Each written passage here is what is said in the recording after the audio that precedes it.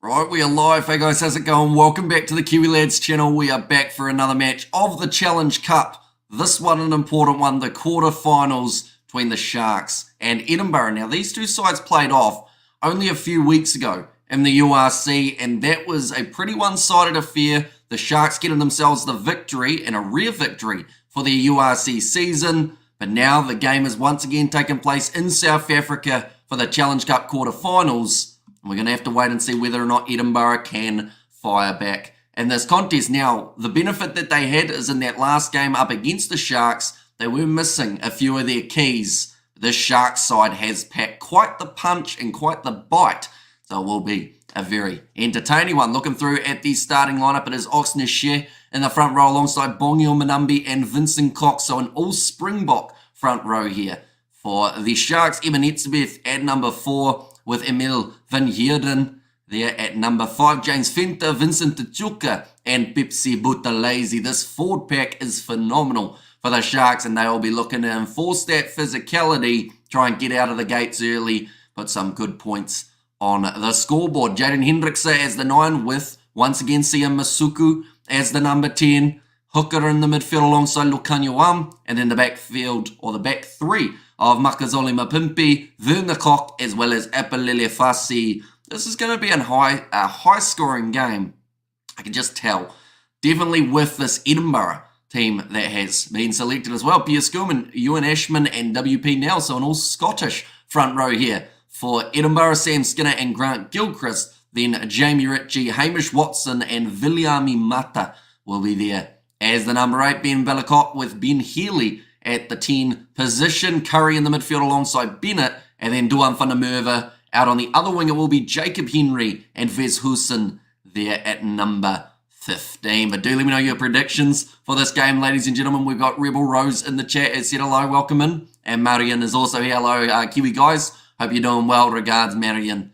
And there we are doing very well. Thank you, Marion. Hopefully you are doing well also. Plenty more rugby coming up today with the Champions Cup. The next South African side that will be in action is the Vodacom Bulls. They are going to be playing at around 9 p.m. South African time. We are also going to be covering that game, so be sure to keep an eye out for that one. Go the Sharks, says Carmen there, and of course some great players off the bench for these two sides as well. For the Sharks, it is Daniel Just in the front row alongside Machuno and Jacobs, Raal and Labaskakni there at number 20, and then Grant Williams, Kerwin Bosch, and Francois Venter as the number 23 for Edinburgh. Cherry Venter as well as Ray for the front row. Jamie Hodgson and Luke Crosby at 20. Ali Price, Lang, and Dean to close out the Edinburgh forward pack and back line off the reserves bench. Looking through at what is to come for these two sides very briefly. The Sharks, they have got 2 games of the URC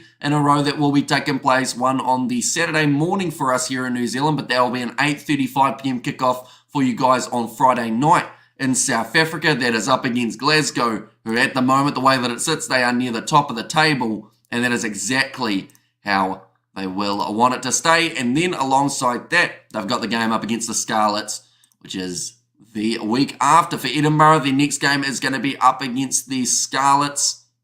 And then they have got themselves the contest coming up as well. One moment, we're going to go here.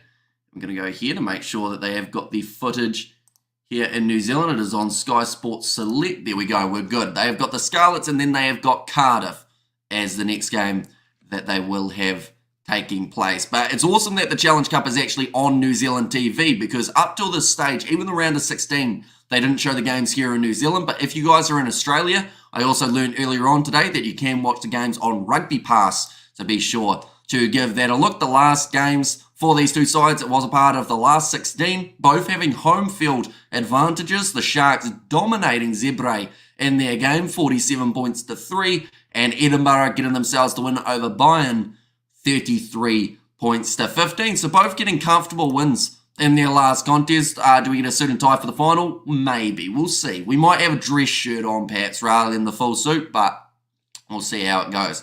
I'm here trying to get over my Chiefs. Both teams losing, says Novmum. If it makes you feel better, every single underdog won for this round of Super Rugby Pacific. So, and even in that game between the Chiefs and the Blues for the women's game, the Chiefs were considered as the favourites. So every underdog has won. So theoretically, that puts Edinburgh in a pretty decent position here. Now, talking about the odds, Edinburgh are $5 underdogs going into this contest. Sharks considered heavy favourites. Question is, can they replicate what happened only a few weeks ago and get themselves another big win over a Scottish side? Sharks should win the game, says Outlaw. They should. Their side is so stacked. And I feel like if they don't win this contest, it would be a massive shame. Like, yes, they've been underperforming in the URC, but if the Sharks can walk away with a Challenge Cup title under their belt, that would be pretty special for them, I would think. And what's good, says Liam Porter. Welcome in, mate. If you are keeping well, the next game that we have got, of course, is going to be for the Champions Cup, and that will be taking place between La Rochelle and Leinster, and that game will be kicking off at around 4:30 a.m. New Zealand time, so be sure to also keep an eye out for that one. But do let me know who you think will be winning this game, ladies and gentlemen. We are only 4 minutes away from the kickoff. I think in terms of the keys, number 8s for me are going to be massive. Viliami Mata going head-to-head with Pepsi Buthelezi. I think that Buthelezi throughout the regular season for the URC has been one of the shining lights of what has been a stacked Sharks forward pack, and I hope to see him score maybe another try. We saw him score not too long ago in the URC, but Viliami Mata, he's got to use that physicality that he brings to a contest, and if he can do that alongside Hamish Watson and Jamie Ritchie in that loose forward trio, I think it's going to be a very hard-hitting affair. Of course, both of these sides do not want what happened to the Stormers to happen to them today. Now, I'm not talking about the fact that the Stormers got knocked out of the competition last week in the round of 16 for the Champions Cup, but more so the fact that their injury list, 5 or so players added to that list, that is the last thing that both of these sides want. And yes, it would test their depth, and yes, debatably, some of these sides do have that kind of depth available, but the last thing you want is to lose some of your big players. Yeah, I'm looking at someone like an Eben Etzebeth. What does that do to the Springboks if he is not available due to an injury? Same with someone like a Lukanyoam at 13. What does that change for them? So yeah, injury-free from this game for both of these sides is absolutely crucial, I believe, in terms of not just their success for this season, but success for their international sides when they do play just around the corner as well. They're just showing that Sharks backline once again for anyone who hasn't seen it. The starting lineup, of course, plenty of box scattered throughout with Oxnashad, Bongingham, Nambi and Vincent Koch as the front row. Etzebeth and Van Heerden will be there in the locking duo with James Venter, Teshuka, and also Pepsi Buthelezi slotting in as the number 8. Jaden Hendrickse and Masuku as the 19 with Hooker and in the midfield. And then Marcos Olimapimpi Vernekoch and also Apalele Fassi there at number 15. Then for the Edinburgh side, a lot of Scottish internationals here. Schoolman, Ashman and Nell in the front row. Skinner and Gilchrist, the locking duo with Jamie Ritchie, Hamish Watson and Viliami Mata there at number 8. Velikot and Healy 19 with Curry and Bennett in the midfield. Duan van der Merwe, everyone's looking at that man for this Edinburgh lineup to create magic, to do something big here and help his side towards a Challenge Cup semi-final match. Jacob Henry out on the other wing. Wes Husson at number 15. We are only just around the corner as well from this matchup getting underway, ladies and gentlemen. So if you are new to the channel, of course, be sure to hit that subscribe button. It is greatly appreciate you all being here for these games. We're going to be excited to see exactly who walks away with the victory. Skillman, now Husson and Duan, all South African born, says bystand, although in this case they are a part of a club, and that club is Edinburgh. So it's going to be interesting to see how they go. Of course, they've already played on South African soil, some of these guys. We didn't get to see all 4 of those men, other than maybe, actually we saw Husson play the last time these two sides went head-to-head, but Duan van der Merwe was unavailable due to it being just after the Six Nations. And I all in Amish says Robert Vale, go Sharks, says Ina there, and every single one of them says a Rebel Rose for who is looking strong for the Sharks. And I'd agree, like, this side is so stacked, and it makes it very hard to believe that they are sitting in a position where they probably can't make it to the round of 8 or the quarterfinals of the URC because of the way that they've started their season. I believe they are 2 wins from about 13 contests. It's unheard of for the Sharks side. All the talent in the world, it's just about putting it together and getting some titles under their belt. And I think that this Challenge Cup is the perfect opportunity for the Sharks to show just how strong they can be. I'm looking forward to this game. I should mention there is also another game that has taken place at this exact same time for the Challenge Cup. It's a little bit unfortunate when games overlap, but it is just due to the schedule. They're trying to fit all of the games in. So currently, the game that is also taking place is the matchup between Ulster, who are away from home in their contest, and they are going head-to-head with, I believe it is Clermont, who they are playing. Sharks will win, says Marion there. We always got there in the chat. Cronella got this one, says Tony Martinez there. So that is, of course, the Sharks as well. Many Sharks that are around. This is going to be an interesting game. And do let me know who you think will actually score the first try. I'm going Pepsi Buthelezi. I said that in the starting lineup that I thought he would go well, and I'm going to stick with that. So Pepsi Buthelezi, my first try scorer. Looks like Matthew Carley will be the man who is in charge of this game with the whistle in hand. Looking up to the skies. Looks overcast. Looks like a decent afternoon to play a bit of rugby on, though. 1:30 p.m. local time. And we're ready to see the kickoff from Edinburgh. They are going from left to right as the Challenge Cup quarterfinals do now get underway. It will be Ben Healy for Edinburgh. Is the first try scorer. Says bystander, very decent shout. And nicely taken by Makazole Mapimpi and almost wrestled into touch. Yes, he is. Great physicality shown by Edinburgh, the enforcer. That being Eben Etzebeth. Of course, he is always a player to watch out for when he's on the field. Now, I should also mention for the Challenge Cup, we already have one quarterfinalist confirmed. Gloucester managed to get themselves the win over the Ospreys. And then in 24 hours' time, we're actually going to see a match between Benetton and Connacht, and that will determine who the last quarterfinalists going into their the semi-finals will be. Now, Valakot with the short ball. Bit of handling from Jacob Henry, but it works out, and the ball is still available here for Edinburgh. They want to start this match a lot better than they did the last time that they went head-to-head with the Sharks, and they are doing just that. Nice hands out to Duhan van der Merwe. And his ankle's taken out from underneath him, and Werner Kok tries to get straight in the breakdown, and he wins the penalty for the Sharks. And Werner Kok will score first, says Johan. Duhan van der Merwe, not too happy about it. But great bit of work in the breakdown. The last time that these two sides played, it was 23 points to 13. And there was a late try scored by Fenta for Edinburgh that got the score a little bit closer. But overall, it's a pretty one-sided game. We saw Apalele Fassi score. We saw Lucanio score, and we saw Pepsi Buthelezi. He was able to get the third. Edinburgh, cold place.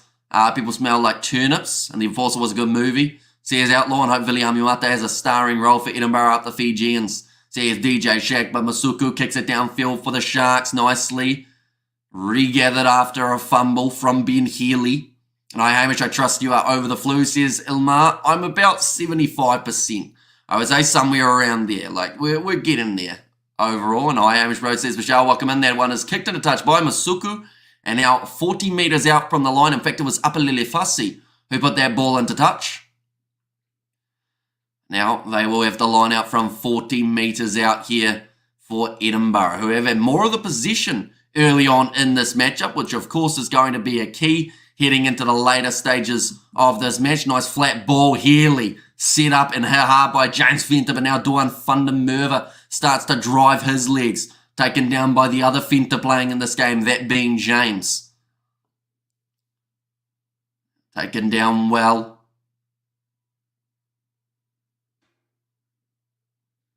Of course, there is also Francois Fenta in off his feet. Was Vincent Tchuka there? He's going to be penalised for that one. And the flu still hasn't been upgraded to a red. Why are the flu, or what are the flu TMO doing? Says Pads Ablaze.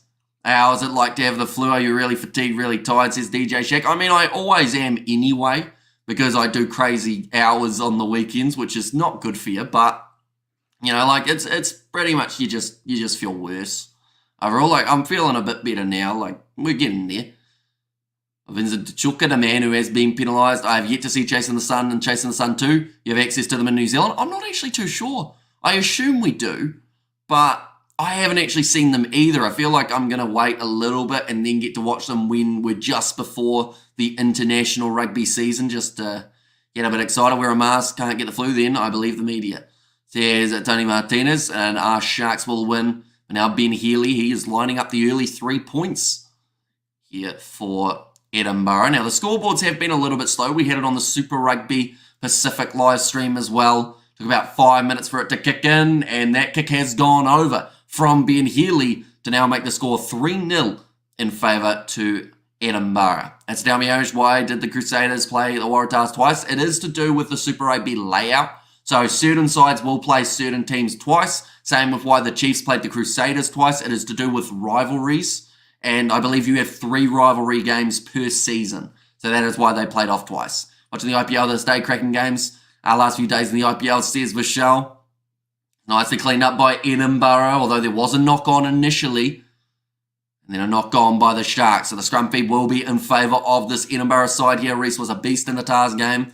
Says bystander, yeah, he had a very solid performance. Feel like he is definitely someone who fits the mould of what Scott Robinson wants in his All Black side. Just more of that question of who else is going to be in there. Scrum feed for the Sharks, they have got great players in their back line. Up in Lelefasi, I assume he will come in as about a second or third receiver here off the scrum. They may not even need him if the scrum pack can just full-on drive forward. They've got a 11 kg advantage, 891, compared to the 880 of Edinburgh. And the Sharks, says Nazi Williams there. What did you think of Tate McDermott's brain explosion, his swinging arm on Papuni, similar to Frank Lamani on Josh Kenham? It just seems like at the moment players get a little bit too caught up in the moment and forget to use their brains. There's going to be the advantage here to the Sharks. Back to the left-hand side. Nice attack and run from Pepsi Butalese.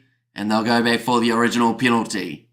And scoreboard hasn't woken up yet. Never mind, it has now. Scottish people, they just speak funny. I'm sorry, Scots, I do love you, says Tony. I mean, to be fair, though, like, depending on where you're from, like, someone's going to find your accent funny. Like, I got a comment on one of the Sevens live streams, or I think it was actually Super Rugby, and someone said, I don't watch this boring commentary, but I listen to it every once in a while because his voice sounds very funny and his accent's stupid, or something along those lines. So it's like, it just depends on where you're from. But that was probably the nicest comment I've had this week, which is always lovely. Definitely on a Sevens week. 7 weeks are brutal. The amount of comments YouTube have to mark as possibly inappropriate that I then get to read, it's fantastic. And Jake Fraser McGurk, last night IPL debut match, and first 50, 5-6s. That ball has not come out of the rolling maul there for the Sharks. I was 22 and met a Scottish girl. I was so in love with her accent, says Tony Martinez. So tell Hamish how was illness this week. It's like a 75%, somewhere around there. So he came down, and it would seem that the Sharks actually committed to one half of their rolling maul, but unfortunately the ball was still with Eben Etzebeth on the other side of said rolling maul.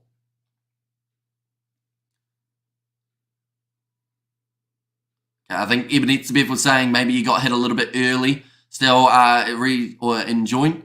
You taking us through the World Cup, Hamish? Feels like just the other day.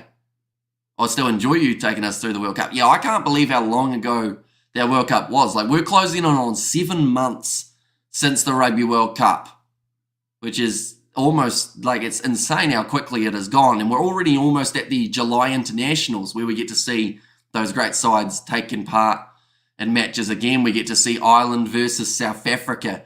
We get to see New Zealand versus England. Australia taking on Wales, I think, is who they're playing. I can't even remember who Australia are playing. Hopefully they turn up for those games, though. Will you be 100% by next week? I'd like to think so, unless something serious is wrong. But yeah, I'd say so. And I agree, Robin. Says Rebel Rose. And I also do thoroughly appreciate the amount of you guys who came for the World Cup and then stuck around afterwards. Like, there were so many people. We went through a patch how I think in 2 weeks we lost 2,000 subscribers because people from the World Cup who decided they were only there for the World Cup unsubscribed and left pretty much. But you guys who stuck around, it is greatly appreciated. And hopefully we can give you some sort of enjoyment from the upcoming games that are taking place as well, including those international matches. Looks like Velicott now going for the box kick. Edinburgh do have the ball, or at least they did, until he kicked it downfield into touch. And now the Sharks have got themselves the line out from about 30 metres out from the line. You are correct, Australia playing Wales, says Morne Lagrange. Hamish became family during the Rugby World Cup, says Rebel Rose. Yes, don't blink, life goes faster than we think, says Outlaw, and YouTube won't allow me to buy a membership, donate or gift memberships next time when I get it fixed. Says Bystander, it's all good as long as you're here. If you can hit that thumbs up button, hugely appreciated as well. And it doesn't cost you any money, which is ideal. That's got to be, yes it is. Now going to be the advantage as Edinburgh close that gap just a little bit too early. Now Masuku goes on the outside. Apalele Fasi going for the kick in behind, and Makazole Mapimpi chasing after it. It's going to be an awkward one, but it's cleaned up by Wes Hewson, who's in his in-goal area. It's taken in.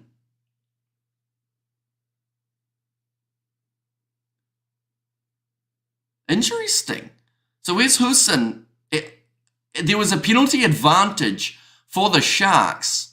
And then from there, I think because of that, Wes Hewson decided to take it back.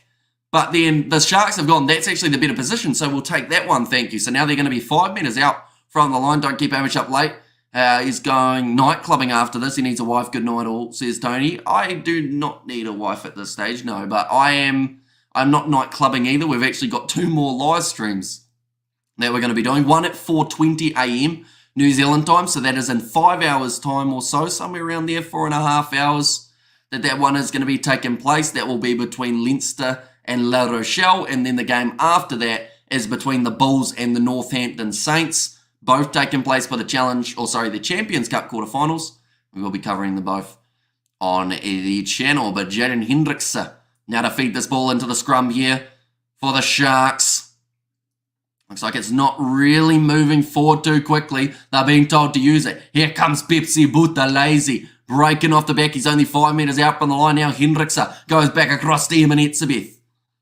They want to try as soon as possible here. The Sharks, my blood is blue, says Rebel Rose. Is that for the Vodacom Bulls, I assume? I was thinking of veins for a second. I was like, yeah, no, you are right. Like, the veins are blue. I remember learning that back at school. I can't remember why. I think why is it that some veins are blue, some are red? I think it's something to do with oxygenation, or oxidization, that thing. Now 10 metres out. Kanyo does a nice spin. He's been watching Lewis Rees-Zammit in his NFL training. Hendricks off to Oxneshare. Still 10 metres from the line. He doesn't want to go down, the big man. Although, nice work in the breakdown from Edinburgh, although now they've given away the penalty advantage. That is against Sam Skinner for not rolling away. Pepsi Buthelezi, again, is only 5 metres from the try line. Another advantage. Blue is the oxygenate. I can't say that word. Oxygenated blood, I think. And also we've got there, what was the scoreline between the Rebels and the Highlanders? I believe the Rebels won that game 45-21 or something along those lines, which was a pretty good game for the Rebels. All of the underdogs won the Super Rugby fixtures. And after New Zealand playing 5T20 against Pakistan ahead next week, the young New Zealand player side, I want New Zealand win this series with these new guys. And we are actually hoping to cover some of that series on the channel as well. Looks like Masuku, he's called for the kicking tee. They will be about 10 metres out, so this is a nice, easy 3 opportunity here for the Sharks. That will give them an even playing field heading forward in this contest. I should mention anyone who is new to the channel. Of course, be sure to hit that subscribe button. We've got plenty more coming on the channel, including those 2 games of the Champions Cup that I mentioned. And this one wasn't actually originally on the plans to be able to cover, but they decided that they would show the Champions Cup and the Challenge Cup here in New Zealand. That kick has gone over. What? No, sorry, it hasn't gone over. Sia Masuku has missed that kick from about 8 metres from the post. How did he miss that? The crowd can't believe it. Half the crowd are going, we could have got that one over. I just want to thank you for your Rugby World Cup coverage up until now. Absolute trooper. Says bystander, no worries at all. He missed Hal. I'm sure I could kick it over. Says a Nov Mum. But the score will remain at 3 points to nil with that missed kick from Masuku. Here comes Vincent Tachuka running straight at WP now. Come on, tuna fish. Says Gareth. Yeah, although they're going to have to make less errors than that kick, that is for sure, because that was what most would call extremely basic and straightforward, and did not work out that way, but that is going to be the penalty won now by Edinburgh.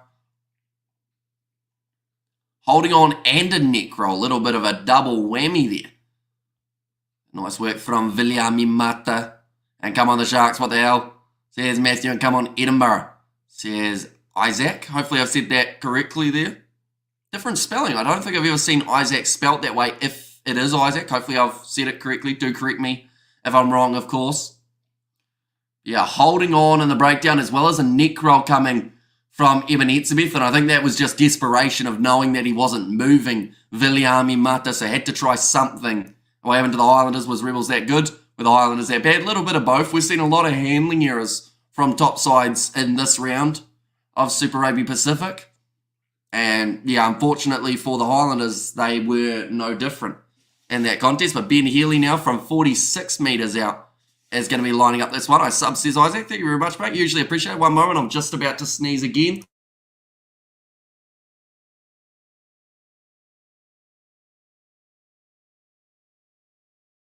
And we are good. And Healy is also good with that kick. 48 metres or 46 metres out. Oxygenated blood. Says Freedom and Truth. I'm slowly getting closer to being able to say that word. It's just taking a while to warm it up. I like your watch-alongs. Says Isaac. Thank you very much, mate. Greatly appreciated. And we've got plenty more coming. Even this weekend, we've got 2 more games that we are covering for the Champions Cup quarterfinals. That is not cleanly taken by Edinburgh. But Duan van der Merwe cleans it up and gets the ball away to Mata. Keeps the ball in the field of play. Currently 6-0 down for the Sharks after 15 minutes. And Stormers bottled it against La Rochelle. Stormers could have faced Leinster bummed, says a bystander there. Yeah, it was a shame for the Stormers. Like, the fact that they also went out of that game with 5 injuries, I think would have been more of a hit to them as well. And I just see my Chiefs drop down to 5th, all because Rebels got a bonus point win, says a Novmum there. But it's going to be kicked high from Edinburgh, cleaned up by Oxnechet on the halfway line now for the Sharks. Pepsi Buthelezi gets it away to the man at number 12 in this contest, Ethan Uka. Now Masuku, ball on the outside to Makazole Mapimpi. Come for the chip and chase. Got the pace to Matt. Gives it away to Lokanyo. And the Sharks are in for their first try of this Challenge Cup quarter-final. And it took one move. Just the Springbok connection of Makazole Mapimpi and Lokanyo who gets his 4th Challenge Cup try in only 6 appearances. Now, are you covering Leinster versus La Rochelle? We certainly are. That is the next game that we are going to be covering. You see, says bystander what happened. So it was the chip down the wing from Makazole Mapimpi. And then just nice inside ball. Wes Hussein couldn't get there. And Amez Lokanyo is able to score that try. And now Masuku, straight out in front of the post. I want to say it's a given type of try and a conversion to match, but he's got it over this time. So he's sitting 1 from 2 from 10 metres out, but the 7 points on the board for the Sharks gives them the lead for the first time in this contest. Looked like Lokanyo just talking with medics, though. Hopefully nothing too serious there for that man. Of course, someone that a lot of Springbok supporters want to see in that 13 jersey for the Boks heading into the July internationals. Great try for Lokanyo. Now Edinburgh on the halfway line after 18 minutes will be able to kick this one back downfield and try and get back into the contest, which feels very weird to say, seeing as they had those 6 points and they looked pretty comfortable in the early stages. But it's a good tackle made there on Vincent Tachuka. Vincent Koch joining the breakdown, trying to win the penalty for a man not rolling away, but the ref says play on once more.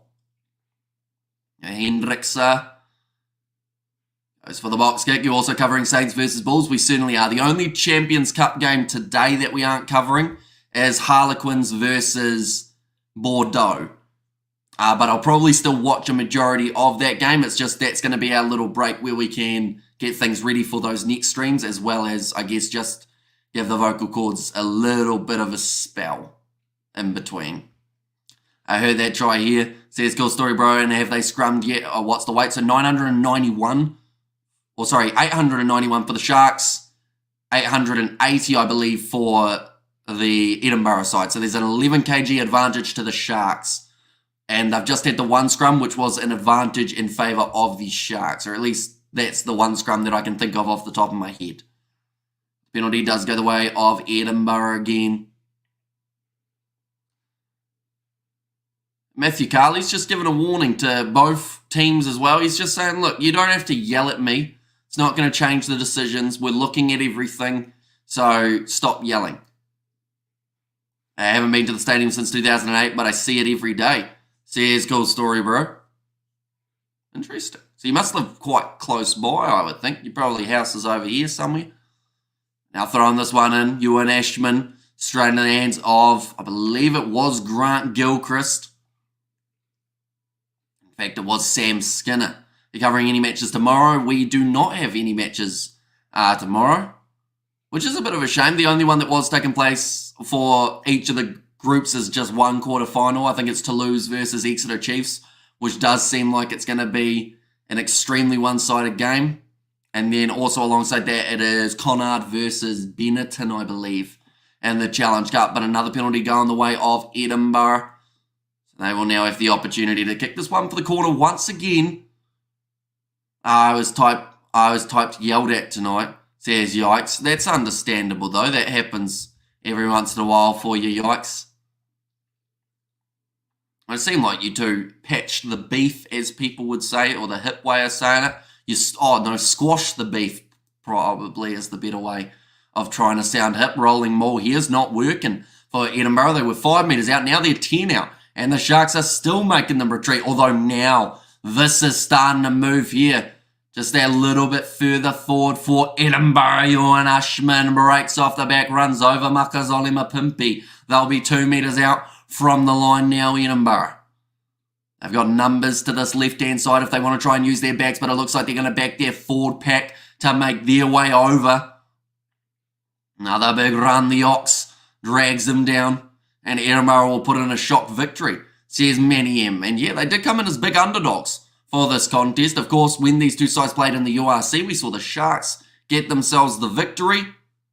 But something, I guess, to take into consideration was the fact that a few of these key Edinburgh players were not playing in that matchup. The ball is still there for Edinburgh. They've lost a couple more metres, though, and there's an advantage for offside. 6 phases in. Another big run from WP now. Got his off little way. Viliami Mata. Stopped by Pepsi Buthelezi and Vincent Koch now around the side of the breakdown. Another advantage for offside. Now Velikot out wide. That's an interception for Rapa Lelefasi, so they will go back for the original penalty. Now Edinburgh, they're going to take the 3 points here, and this actually looks like there might be a warning coming. I know what might happen is a yellow card if they have another penalty where they were on the field, ladies and gentlemen, is the comment from Matthew Carley. Team warning already after 22 minutes. Does not sit well, though. Does not bode well for the Sharks forward pack. They have to make sure they're getting that discipline right. You're probably looking forward to next weekend's URC matches. Says Morne Lagrange.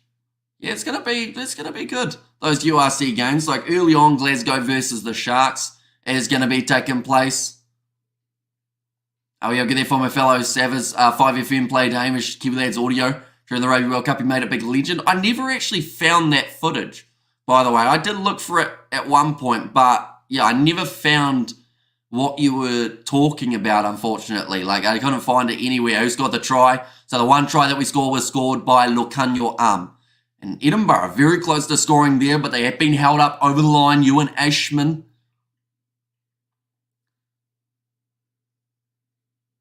Oh, Evan Hetzebeth having a bit of a push and a shove with Ewan Ashman. It all started because Etsebev tried to use Ashman as his way of getting up. Then from there, Ashman kind of pushed him off and said, no, you're not using me to get up. And then Etsebev grabbed him again, and now the two are still pushing and shoving each other. Evan not happy? No, he's very happy. He loves when players try and get in his face. He probably prefers it than when players are being timid. He'd rather get a bit of argy-bargy going. Right, Matthew Carley is going to go upstairs and check this one on the TMO. He has said that his original decision was held up, but now he's maybe being told that there might be a chance that this one was actually grounded. Do you think the All Blacks will be worse off without Royard? I think so. I think that he's a big hit to have to the side, and Sharks need to tighten up. So here's Rebel Rose in there as well. Yeah, that looks up, to be honest, but Matthew Carley thought it was held up. So the on-field decision is no try, and I don't see that changing. I think that is too many hands that could be under that ball, unless, of course, there is another angle that does indicate clearly when will Hamish receive payment from 5FM. I doubt I will, because like I said, I couldn't find it anywhere. Can't wait for the Rugby Championship. I'm making the box. The favourites as the All Blacks have lost the key players. Are you looking forward as well to the under-20s Rugby Championship? That is a new one that we aren't going to get this year, I believe. Right, we've looked at this for too long. I don't think it's going to be overruled. This thing that I liked about one of the Super Rugby matches that we saw earlier today was as soon as they realised, it's going to be no try goal line dropout. But as soon as it seemed like there was no chance of, what was I trying to say? I was going to say that there was a try that got called as a try, even though it was on field, no try. Like the referee said it was no chance of the try, and then they looked at it. It was a try, took 5 seconds, donezo. That was a really hard sentence to say. And yes, I'm back in New Zealand to win the under-20s. So here's Manny Amber now, Ben Healy, putting the up and under into the 22 of the Sharks. Chasing this one hard was Hawson, but he wasn't able to take it. Not the best kick and play there. I think they'll be disappointed with that one. One's going to be kicked downfield. Brilliant clearing kick from Masuku. No credit given either side, says bystander. I guess it's something that we can say has now happened. We've now been on a South African radio station, which is quite cool. I guess without knowing, other than being told by you guys, of course, but that's still fun, isn't it? I guess. Our line out throw for Ewan Ashman. Get this ball in for Edinburgh. And does go over the top, nicely claimed by Jamie Ritchie. They're still inside of their own territory and still down by 1 point. Edinburgh with the chip and chase, beautifully taken by Hamish Watson. As the clock continues to tick towards half-time, we see another attack and play here for Edinburgh. Husson with the ball on the outside, going to Jacob Henry. Vellacott goes across, another offload coming. Healy to the left-hand side. Spin attempt there from Hamish Watson. Doesn't work out for him. Vellacott again, going in behind, stepping in the midfield from Curry. And now short side. Looks like a little bit of an overlap was opening up there, but Vernicock has countered it beautifully, and they have got themselves the penalty as well here.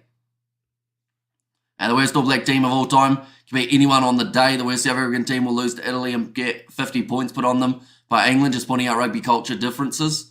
Says, cool story, bro. I mean, that's the thing, though. Like, there's been such a, it's split in the rugby, world community ever since that Rugby World Cup. No matter what I've seen, in terms of social media, the reason I don't go on it much is because there are a lot of people who get angry at each other. But, in terms of, it seems to be no longer, I'm going to say that I'm happy with my team's performance. It's, I'm happy with my team, and by the way, this team sucks.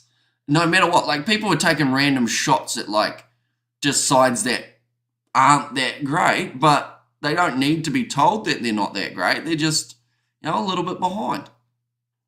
But yeah, it's been really weird since the Rugby World Cup. There's been a lot of angriness. Currently inside of his 22, Edinburgh Fly half, Ben Healy kicks it downfield after a good clearing kick from the Sharks. They weren't able to find touch with it though, and they have now managed to get this ball back in their hands. Hendrikse from 35.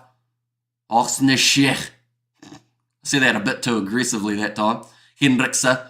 Little chip in behind from Masuku, chasing that one up a little fussy inside ball. Goes to Vincent Dichuka. They are 15 from the line, and speaking of 15, up a little fussy now. Ball on the outside. Umbanambi goes to Edsabeth. He goes himself, but he gets it away to James Fenter. And the Sharks score the try. Their second now of the matchup.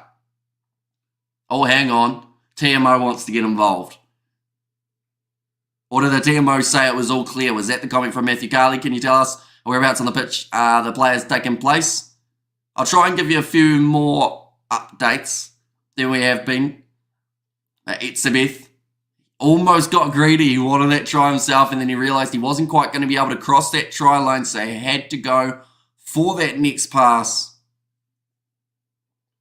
Yeah, very nicely done by the Sharks there. This is true try. Being a Wales fan, says Fleshton, and how did it go with the Chiefs and the Hurricanes? So in the end, the Hurricanes won by 13. I believe the score was 36-23, I believe. Now Masuku lining up this kick. Currently the Sharks do have a 6-point lead, but if this kick goes over, it will be an 8-point lead in favour of the home side. Masuku now though. Struck that one a lot better, and it has gone over. How do you rate Hurricanes this season? They're having a very good season and a very good start. It's just whether or not they can keep that momentum going in the most important stages. Because we were talking about it earlier on the Super Rugby live stream. The Crusaders, they're outside of the top 8, right? But you still do not want to face them in the quarterfinals, no matter who you are. They could be playing the side that are at the top of the table, and you wouldn't know who to back. Springboks world champions separating the boys from the men. So here's a Rebel Rose. Now a nice run forward from Vincent Dichuka from inside of his 22 off the kickoff of Edinburgh. Now it looks like Hendrikse. We're going for this box kick. Who scored the Sharks tries? We've seen one try from James Fenter and one from Lukanyoan. At this point, nice run onto that one for Wes Hudson. It's open, and he didn't pass. And I think the Sharks, are they going to get the turnover? No, they've given away another penalty just out from their own line. In fact, it's going to be the knock-on advantage, but that looked so open for Edinburgh to be able to score. I like the differences between New Zealand and South Africa, and the best two teams in different ways. There's goal story, bro, but they're going back for another penalty. It's actually flopping over the top for the Sharks. This has to be last warning now. Straight in off his feet, says Matthew Carley. Could have passed it to any of his teammates, but just got that little bit greedy. It did cost Edinburgh that try, but they will now kick this one towards the corner here, ladies and gents. 11 minutes remaining. That was a great counter from Edinburgh, though, being able to get that ball back with Wes Hudson. And Tars crowd turnout for the Crusaders game was sad. Aussie rules and rugby league as their go-to. Interesting to see where Australia Rugby Union goes from here. Want to see them up again in the rankings. I think that's the only way that they're going to be able to draw great crowds, as well as they have to make sure they get back on the winning track. To be honest, like the next time Australia bring in massive crowds, I believe, is when they have got the Bledisloe. That's going to be advantage up against 5 there. So that is against Ruben van Heeren. Another penalty 5 metres out from their line here, the Sharks. Oh. Trying to get the number. Oh, he is going to the pocket here, Matthew Carley. It did seem like a matter of time. What's your prediction for this game? I do believe that the Sharks will be able to get themselves the win here.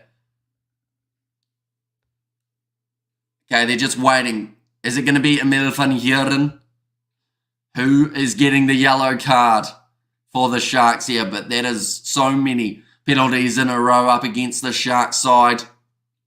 Even Etzebeth walking over, he's going, you don't need to get that yellow out for anyone on our team, mate. You just keep that in your pocket. And sloppy play Sharks. Says Rebel Rose. Even he tried it. He said, you know, you could just put that away and I'll give them the last warning. Matthew Carley said, no, no, it's happened. We got the player. We're just looking for the number now. It might actually be EDINBURGH. No wonder he wanted that card taken away, because he was the one who would have got the card. It's going to hurt them a little bit in terms of numbers for the next 10 minutes. That would almost take them to halftime with only the 14 men on the field. Okay, he's just getting told that he hit the lifter early. And is it going to be the yellow card? I believe it is. Yep, EDINBURGH going to the bin now for the next 10 minutes. To not have him on the field is going to be a big hit. But it's only theoretically a big hit if Edinburgh can capitalise and actually get themselves a try here. Because they've been trying hard. They've got 6 points on the board, but they are yet to get themselves over the try line. Ewan Ashman. In fact, it's going to be Pierre Schoolman breaking off the back.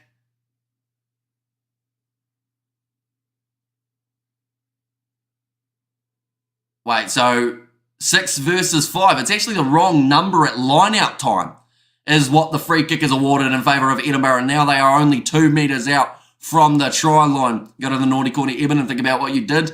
I'm sure he will. He'll probably fire up, get ready to go in the next half of rugby. He's always a competitor, EDINBURGH. Be looking forward to that challenge, but Edinburgh are only 2 metres out. They have spent so many minutes trying to break through the Sharks defence, but every time they're just that little inch short. Pierre Schoolman, he will play half-back, tries to spin, he's over this time, the big Scot. And it's going to be Edinburgh who get themselves their first try of the contest now. And will this year be the first time the Southern Hemisphere have an under-20 rugby championship? Says Justin, it certainly will. And we are actually also going to be covering that under-20 championship on the channel, ladies and gentlemen. So if you are new, of course, be sure to leave a like and subscribe. But that is nicely done by Pierre Schoolman. The Sharks with one-man disadvantage. They just weren't able to stop that pressure. We have forgiven Australia for kicking South Africa out in 2 World Cups. Says, cool story, bro. 8 minutes remaining in this half and 8 minutes remaining of this EDINBURGH yellow card. How costly is it going to end up being? Ben Healy already sitting 2 from 2 tonight. So Australia can come back now. Says, cool story, bro. And here we go. Defend, defend, defend. Says Rebel Rose. This will take us to only a 1-point difference. This kick should be relatively straightforward for Ben Healy. And it has gone over. And that is now going to make the score 14 points to 13 between these two sides. Pierre Schoolman, the man who got over the try line. Just looking at the odds for this contest, ladies and gentlemen. Edinburgh are considered $2.70 underdogs. Now, at the start of this game, they were considered as $5 underdogs. So that has changed just a little bit in terms of how it's sitting. This sounds like Matthew Carley was just making sure the Sharks weren't taking too long to get back to the halfway line. As Gilman had a pretty good Six Nations, made my fantasy team most weeks. Says Anthony Walsh. And come on, Edinburgh. Says Isaac. And the chat as well, but it is kicked off long. Viliami Mata is there to be able to take the catch 23 metres out from the line now, Edinburgh. And we're having to Frank Lamani. So pretty much he has been suspended for, I think it's 6 weeks. And the reason behind it is because when there was a Rebels player, I believe it was, in the breakdown, he pretty much did a straight down on the back of the guy's neck. So it got bumped down from 10 weeks to 6, but it was extremely dirty and possibly could have ended up with a longer suspension for it. But yeah, just pretty much the guy's head was down there and he just went and gave him like a 12 to 6 elbow.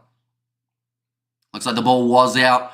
So it is going to be the line out here for the Sharks. A week Australia is actually no fun after a while. Says cool story, bro. And Sharks are in trouble here. Come on, Edinburgh, says Isaac. 6 minutes remaining of the half. If the Sharks can get themselves another try, of course, that would put them in a very nice position going into halftime.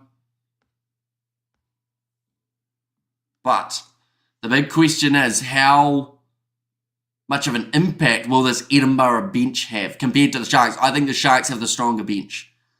And I think that they probably also have the strongest starting lineup. It's whether or not Edinburgh can keep this close, though. It's going to be knocked away. Now, a nice big fend there for Edinburgh, who have got themselves the line-out turnover. Valakot retreating Sharks here. And if they can get their passing right, there will be a lot of space here to be able to run into. Ball on the outside from Bennett. Where's Hussen? Smashed in that tackle by Upper Lelefasia's opposite number. Valakot, mistake made. Ball's gone back. Where they've called it as a knock-on. Against Hamish Watson. He's going, how can that be forward if it's gone behind me? The referee says, still going to be the knock-on. And crowd quiet there. Says, cool story, bro. I feel like this is quite an important moment in the game, though. So that is probably why the crowd are a little bit more silent. Taking the atmosphere in, trying to work out exactly which side is going to win this game. And I have no idea, to be honest.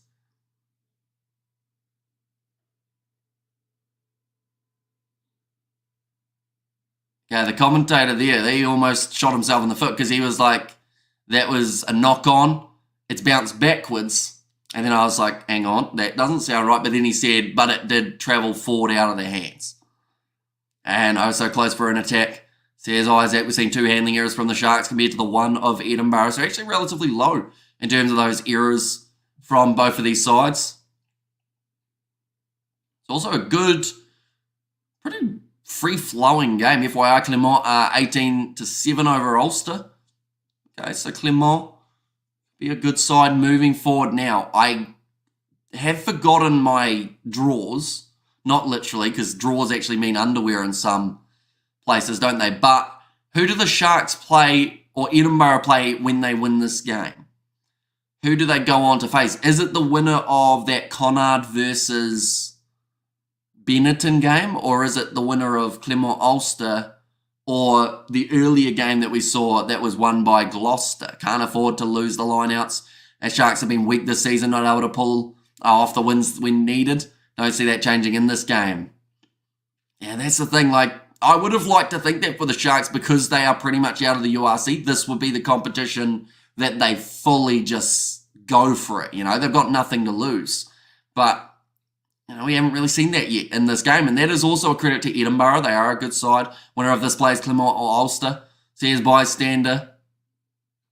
Okay. So we could see another URC rematch if Ulster managed to pull off the win up against Clermont. That was forward from Werner Koch. And yeah, they will go back now. There was a knock-on initially from Edinburgh. So the scrum feed will be in favour of the Sharks once more. Oh no, Matthew Carley got it wrong. And it is now going to be a scrum feed for Edinburgh.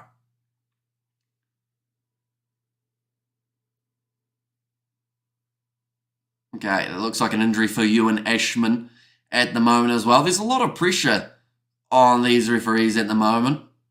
Yeah, Werner Koch tried to sling it round the back pass. And it went straight to Van Geerden. The only problem was Van Geerden was about 3 metres in front of Werner Koch. He's been a fantastic player for a long time, Werner Koch. In the breakdown, one of the best in terms of that back line of being able to get those turnover penalties that the Sharks require.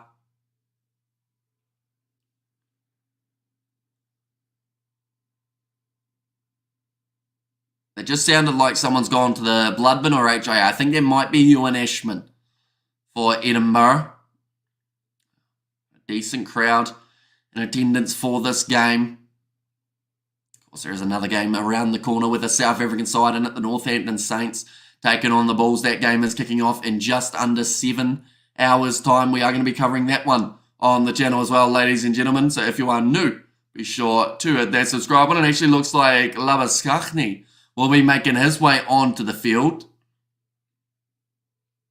And that is to replace James Fenter, the man who scored himself a try a little bit earlier on in the matchup. They are still playing with a 7-man forward pack. Due to that yellow card of Eben Etzebeth, he will be off the field for the next 2.5 minutes.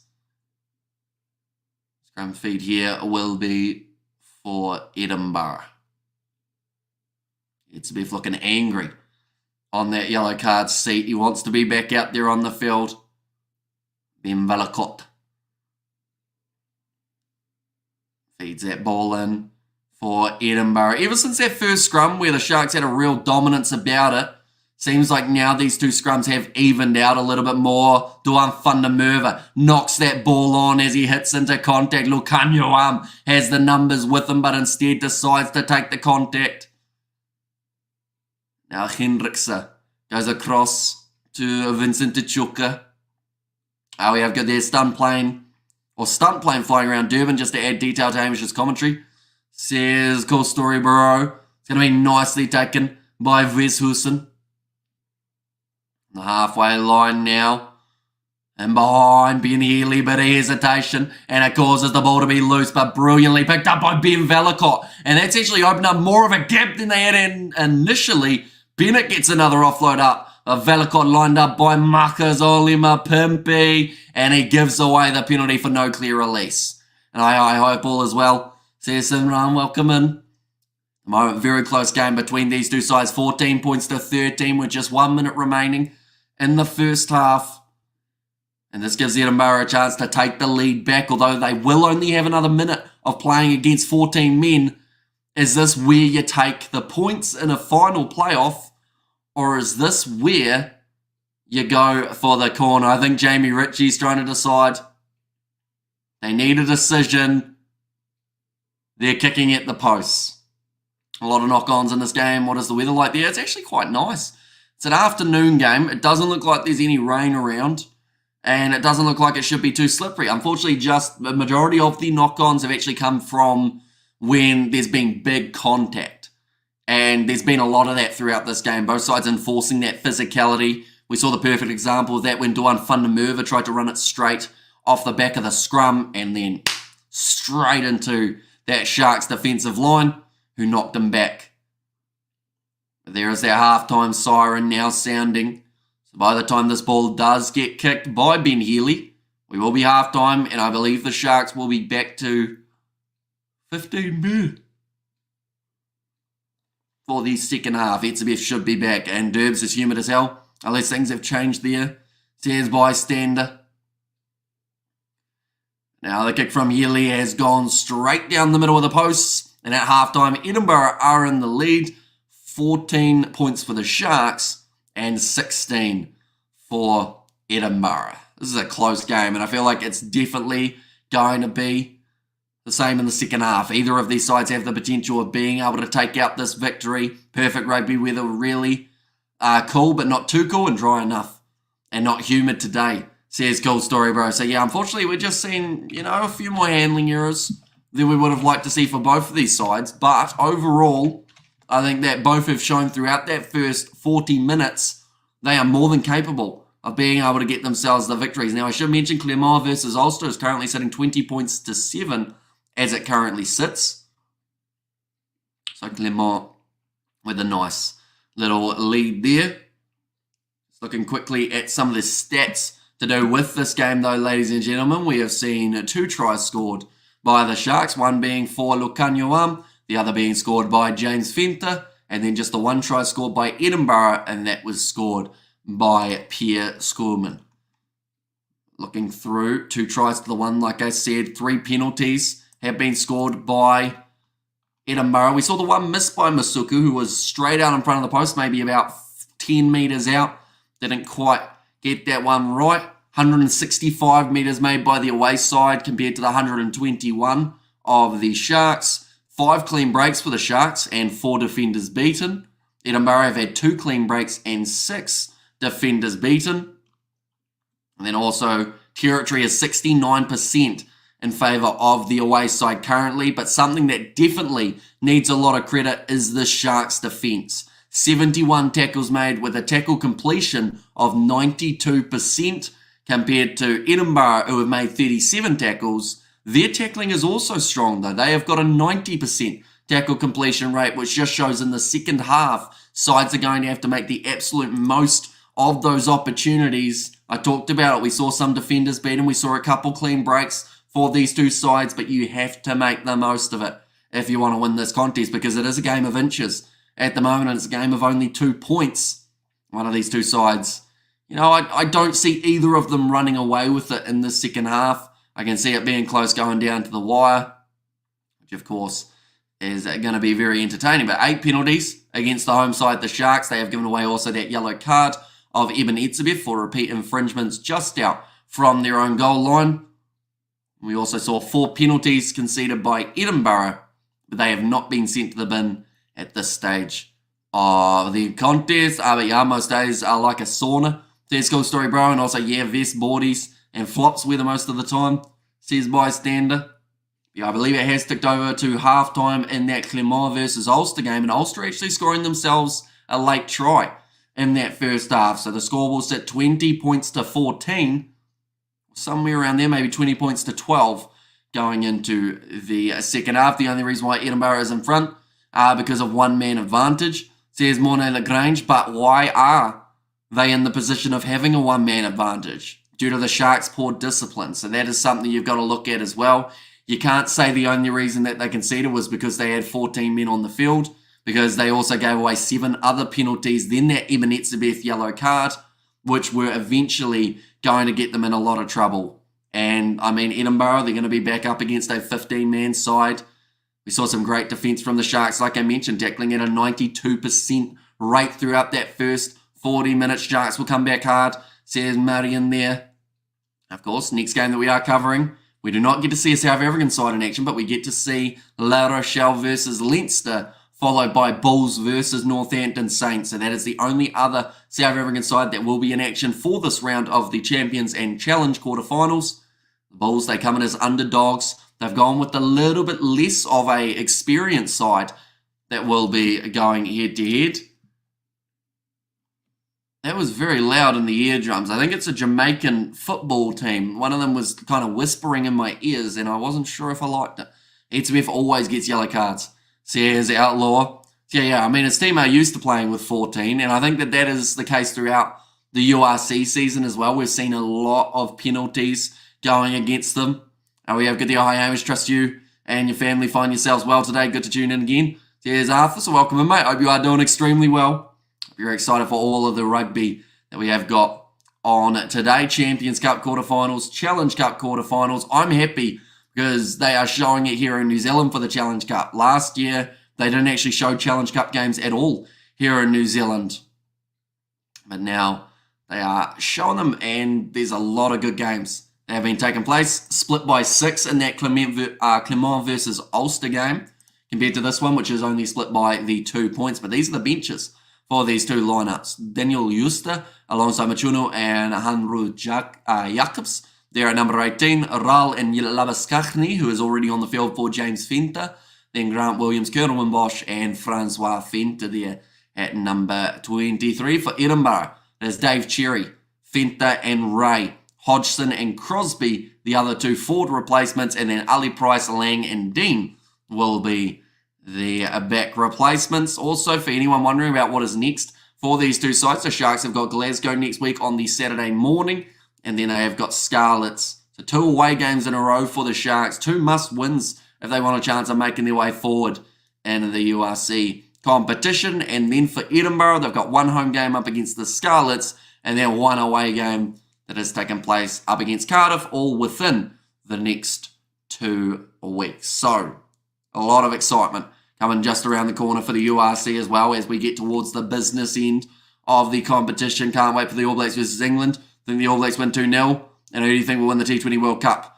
Said Manny M. I think that there are a lot of sides at the moment who have a good chance in that World Cup. Of course, Australia and India are always the ones that people look to first with the best chance in those competitions.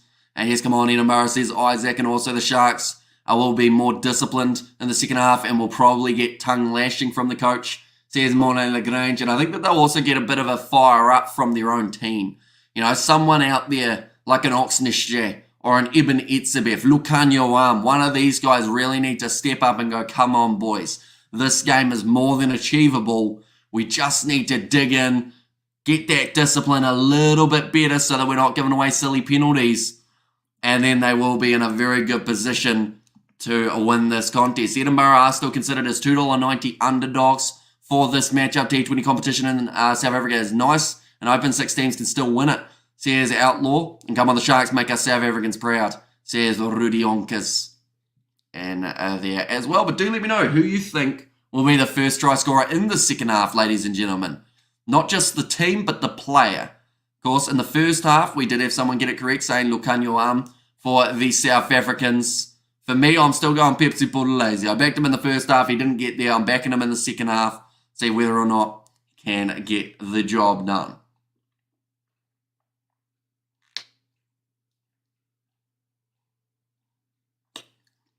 I think the Hurricanes can beat both of these teams, says Manny M. I think it would depend on where the game's taking place and who's available in the squads. Because, of course, the Hurricanes are used to playing New Zealand and Australian opposition. And these teams play very differently to New Zealand and Australian opposition. England is going to trash the All Blacks badly, says the Black Samoan in the chat as well. Yeah, I am going to go with Pepsi Buthelezi as that first try scorer. If the Sharks win this match, how many will it be? Says Monet Lagrange. If the Sharks win this match, how many will it be? In what regard? Like for the competition? Because, of course, this is a Challenge Cup game rather than URC. Can be a bit confusing, seeing as these two sides played off in the URC very, very recently. But the Sharks, throughout their group stage, they won 3 out of their 4 games. So this would be the 5th win for the Sharks if they are able to get themselves the victory in this Challenge Cup contest. They did top their group ahead of Pau, the Cheetahs, Zebre, Dragons, and Onyx, I believe it was. The Sharks will score, but the scrum half, it looks like Bob Marley, if he's there, says, cool story, bro. So I assume you are talking about Jaden Hendrickse. In that case, I believe Razor will unearth new talent, says Manny M. But then that's the same situation as Australia in some regards. They went with a very young side into the World Cup, and they had their worst ever finish. So he's got to find that nice mix of experience as well as the inexperienced, the young players that he wants to give the opportunity to. And to be honest, just no one knows what Scott Robinson is planning on doing for his All Black squad. Is he going to go with the older guys? Is he going to go with a whole heap of Crusaders? Hardly any Crusaders.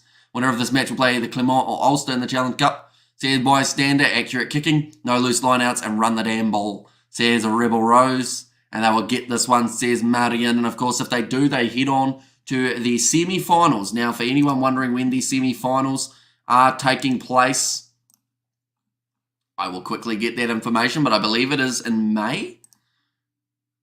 Yeah, the 4th, 5th, and 6th of May is when the semi-finals will be taking place, which of course is the same weekend as the Sevens, just to give us a little bit more work to do. How many points are the Sharks going to win in this match currently?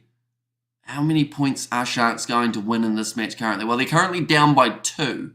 So they're going to have to get a few more points than they have to be able to win this contest. Can Sharks turn it around? I think that they're close enough and they've got enough power off the bench as well as in the starting lineup to be able to get the job done. They're on home soil as well. I think it's just about limiting the errors and also getting that discipline right.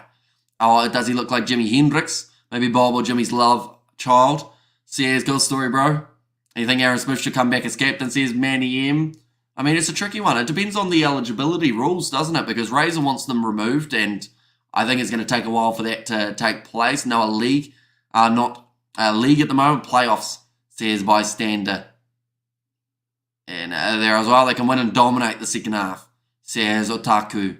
And there as well, like, if they get a good start, that's the thing. They're back to 15 when they make their way onto the field, and that is a massive bonus for the Sharks side. So if they can come out of the gates firing, get 1 or 2 quick tries within the first 10 minutes, they'll have a good chance. What's your score prediction for this match?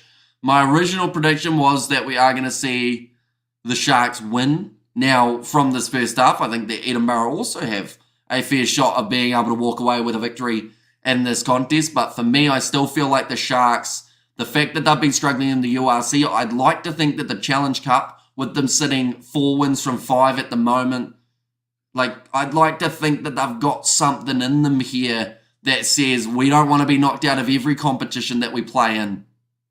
We've got to get it right. So the only game that they lost, I should mention, for the Sharks, ladies and gentlemen, in their round robin games, where are they? So they bet Onyx, no, they lost to the Cheetahs. That was the only game that they lost, 32 points to 29. So I guess that's a little bit of a notable loss there for the Sharks. And the reason it is so notable is they were down at halftime, similar to this game. They fought back, but in the end, it just wasn't quite enough. Is Artie Savia part of Razor's plans? Depends on whether or not he can actually play him. Because, of course, a few of those guys who have gone overseas are no longer eligible for the ABs. So it depends on what happens there in terms of who is allowed to play for the All Blacks. Of course, we'll start to see those squads being announced at the end or near the end of Super Rugby Pacific. So we're only a couple months away. Of course, the South Africans say have already had a couple training camps. Player who was missing from that, Diamani. I think a few people were surprised about his exclusion. Got the gifted membership from After Harrison. In fact, 5 of them. So thank you very much, mate. Hugely appreciated for that one. Yeah, anyone who does receive those memberships, be sure to use those emojis in the chat. Do you think their results will be the same after players going out? The Sharks left and ones coming in came play against Edinburgh. This will also be the game. Players going out of the Sharks left and the ones coming in are going to play against Edinburgh. That's the thing. The Sharks have got such big players and like they've got a team that on paper should beat almost any club side in the world. But results just haven't quite gone that way. Juka's from the DRC, good to see. Says bystander in there. Why was even yellow carded? So he did join the rolling maul from the side when it was only 5 metres out from the line. And that was also about the 7th or the 8th penalty conceded by the Sharks. Maybe about the 4th that they were just out from their line. So that is why he did end up getting himself taken off. And cheers for the membership. That's quite cool. Because bystander earlier on, Arthur was actually saying about how it wouldn't let him get a membership. So now he's actually got one. So that's quite cool. Thank you very much for that one, Arthur. The second half just around the corner now, ladies and gentlemen. Eagerly awaiting these two sides to make their way onto the field. It's felt like a relatively long halftime break. Just 1 point to win as a sign in the crowd as well. That is true. I mean, we saw it in the Champions Cup quarterfinals. The Stormers up against La Rochelle in the group stage. They were able to beat them by the 1 point in an exact same fashion. They found themselves with one kick to win the game. And in that game, it was unsuccessful. And of course, we've got to remember that Masuku has missed one kick. So with that kick going over, the score would be sitting at 17 points to 16. Did you hear of Richie Mwanga father passing away? I did not know.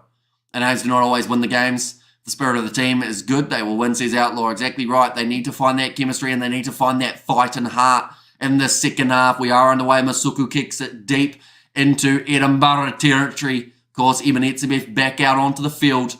That is due to his yellow card expiring. Now Ben Vallacott kicks this one up high. Marcus on him a Pimpy. In fact, it's going to be Upper Lilefasi who runs onto that one nicely. Jaden Hendrickse now going away to Van Heeren. It doesn't look like James Venter has returned back out onto the field. So instead, Labuschagne will be out there. Now passing it out to Labuschagne, who has knocked that ball on. And come on, Edinburgh, says Hillsy boy. And no excuse for this Shark side. Jimmy Stonehouse should have been given the coaching role, says Justin. Not quite working out there. Knock on from Labuschagne. Bowden Barrett is way past his sell-by date. It's time for some young, exciting talent to take his place. Says Manningham. Now scrum feed. Going to be in favour of Edinburgh. Matthew Carley asking for the consistency of scrums that they finished the first half with. Next game that we are covering on the channel, though, ladies and gentlemen, it is taking place in 4 hours or so's time.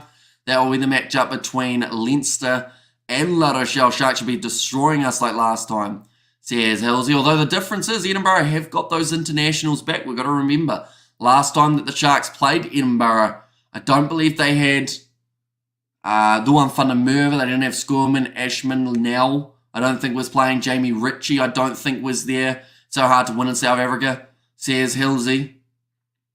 like their front rows are going to have another reset. Or was it up against the Stormers, in fact, that they didn't have all those top players? I could be wrong there. Edinburgh can do it. Says Manny M. I know for one of the games that they were missing some of their players. Valcott thought about putting that ball in, but then Koch as well as Nell went down. In fact, it was Koch and Schoolman did collapse. The front row, Matthew Carley just asking both sides to find their spaces in this front row. Crowd still in high hopes though. Excited to see what can happen in the second half. That kind of looks like Thomas DeToy in the crowd. I know it's not, but it looks a little bit like him. Oh, free kick this time going the way of the Sharks. And good day, says Timothy. Welcome in, mate. It's going to be another scrum here for the Sharks this time. I think the second half we're going to see a lot more stoppages. Perhaps Stormers missing players or missed players in the La Rochelle game. Pity Lebock missed that vital kick to go through to play Leinster.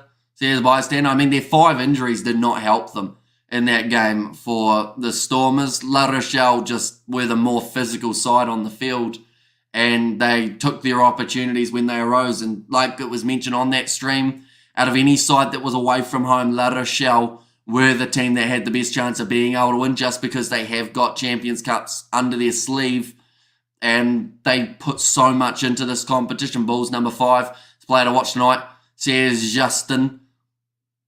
Now hitting that ball up, it is going to be Ethan Hooker once again. And Edinburgh scrum is usually not great, says Hilsey. Now nicely claimed by Vincent Tuchuka. Going off to Vincent Koch. They're going to be about 38 metres out from the line here. Hendricksa goes off to Apa Lilifasi. Now away to Abongio Manambi. Hendricksa back across to Van Heerden. Had a little bit of a fumble. Has managed to regather it. And here's Justin. Says Rebel Rose and some great South African prospects coming through the ranks. And does Edinburgh have many internationals? They do have quite a few internationals for this game. In their starting lineup, they've probably got about 9, somewhere around there. Sharks probably have about 6 or so in their starting lineup who are internationals as well. So it's quite a heavily international-based game for these two sides, which of course is always entertaining to see how they will take to club rugby again. Another scrum feed. Just realised Hamish either pointed towards the correct direction where I lived, even though it was a wild guess. Oh, so you're actually that way and behind. That was probably very lucky because, yeah, out of anywhere to point, it was the easier side.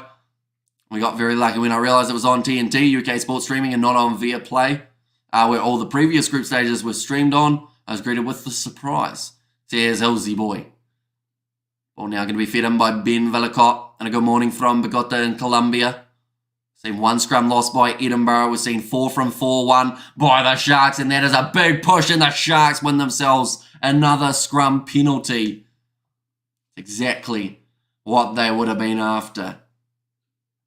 But yeah, like for the Bulls, in their game, they've gone with a very different lineup. There's no Kutli Aransa, there's no Kanan Moody, there's no Vili LaRue, there's no... Who else are they missing from that game? There's no Marcel Kutsia. Like, they've got a lot of changes that they've made in that game. And how's that pure, says Justin. Says Hilsey. And there's all a big scrum coming from the Sharks forward pack. I'll be more than happy with that one. Hit the like and sub, says bystander. Anyone who is new to the channel, of course, be sure to hit that subscribe button. Nicely thrown in by Bongyo Manambi. And they've got themselves another penalty advantage here, the Sharks. They gave away 8 in the first half compared to the 4 of Edinburgh. And early on here, that was not a deliberate knockdown. They've called it as a knock-on, collapsing the maul. Another penalty goes the way of the Sharks.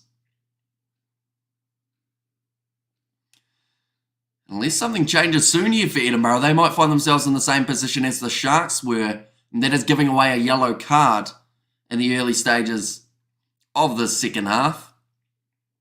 The Sharks back to 15 after Evan Etzebeth returned back out onto the field. How are the Sharks going? They're still struggling a little bit.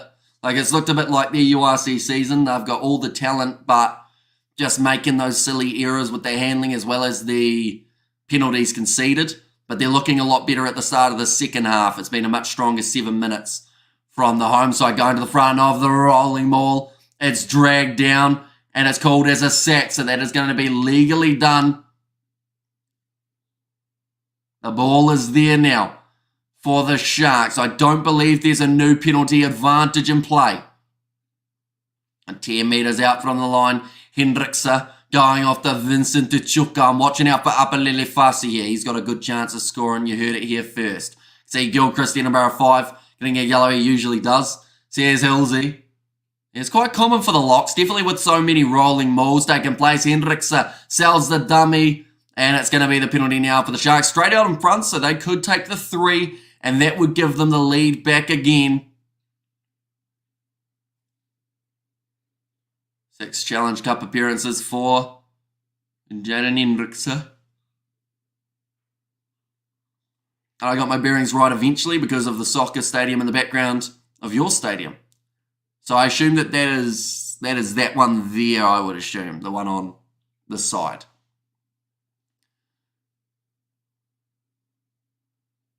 Oh, okay, the Sharks getting a bit of a warning there. They were saying you must give the opposition a chance to roll. You cannot just trap them in. But they still got that penalty, and it will still give them the lead in this contest. 17 points to 16. Masuku able to get another one. This is where it goes downhill. So here's Hillsy boy. And I think the Wallabies will beat the All Blacks this year. So here's Manny M. A 1 point difference between these two sides. We've seen so many close games throughout this weekend already when it came to Super Rugby. I feel like this game's going to be no difference. I think a scrum would have been the better thing to do, says Otaku. And they probably would have got another penalty advantage, if not a yellow card, against Edinburgh had it been the scrum choice for the Sharks. But I guess just to give them the lead, that was the mindset that they had. And I'll be honest, they haven't been aggressive enough throughout the URC season, I don't think, at times. Like, they've had 3 tries and they've gone for 3s rather than going for those 7. So I wonder if this game's going to be the same. They always say you got to take points in a final, or at least some form of final, and up the ante and Gears Sharks. There's a bystander there. The ball. It's going to be another penalty. Elbows were on the floor for Jamie Ritchie. And Victor Matfield was a number 5 and had a few cards in his career. He was a gentle giant. So here's Outlaw, and wonder which Springboks the Sharks will buy after the season. I mean, they've already got Trevor Nakanye, Andre Estes, and then they've also got Jason Jenkins as another guy that they have already signed for next season. So they've got at least 2 Springboks in there, if not 3 if you count Jason Jenkins. Well, I think has he had Springbok caps? Or was he very close but never really got the chance? It's like an injury here for Mark Bennett. He's back to his feet. Looks like he will be able to continue in this matchup.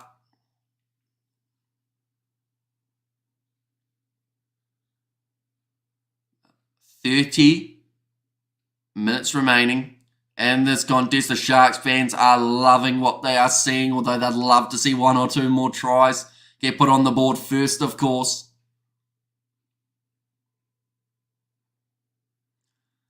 It's like a bit of strapping going on the head of Sam Skinner as well. So just another stoppage in this contest. A few Scottish supporters in attendance, hoping to see their side make their way through to the Challenge Cup semi-finals. It's the Moses Joseph Soccer Super Stadium, or Superstar Stadium, the biggest stadium ever built. That's close by the Sharks Stadium. So here's cool story, bro. Now Masuku, he will be kicking this one towards the touchline for the Sharks. And it does put that ball into touch. That's a fantastic kick as well. They'll be about 10 metres out. I remember the dust up between Paul O'Connell and Jamie Cudmore. So here's Justin. Jeez, that's a wee while ago, wasn't it? Now line out throw for the Sharks. They need Bongi Manumbi to get this one straight. If he does, they'll be in a great position to be able to go on and score themselves the try. But if he doesn't get it right, he has though. So we don't even have to go down that route. Crowd cheering for something. Says goal story, bro. Rolling ball here with Mongium Manambi. He's got the ball in the back and they've got themselves another penalty advantage. Edinburgh's discipline is really letting them down. It's reminding me of Scotland in their game up against Wales for that second half. Pass now wide up a little fussy. Gets it away to Vernicock, but I heard a whistle there.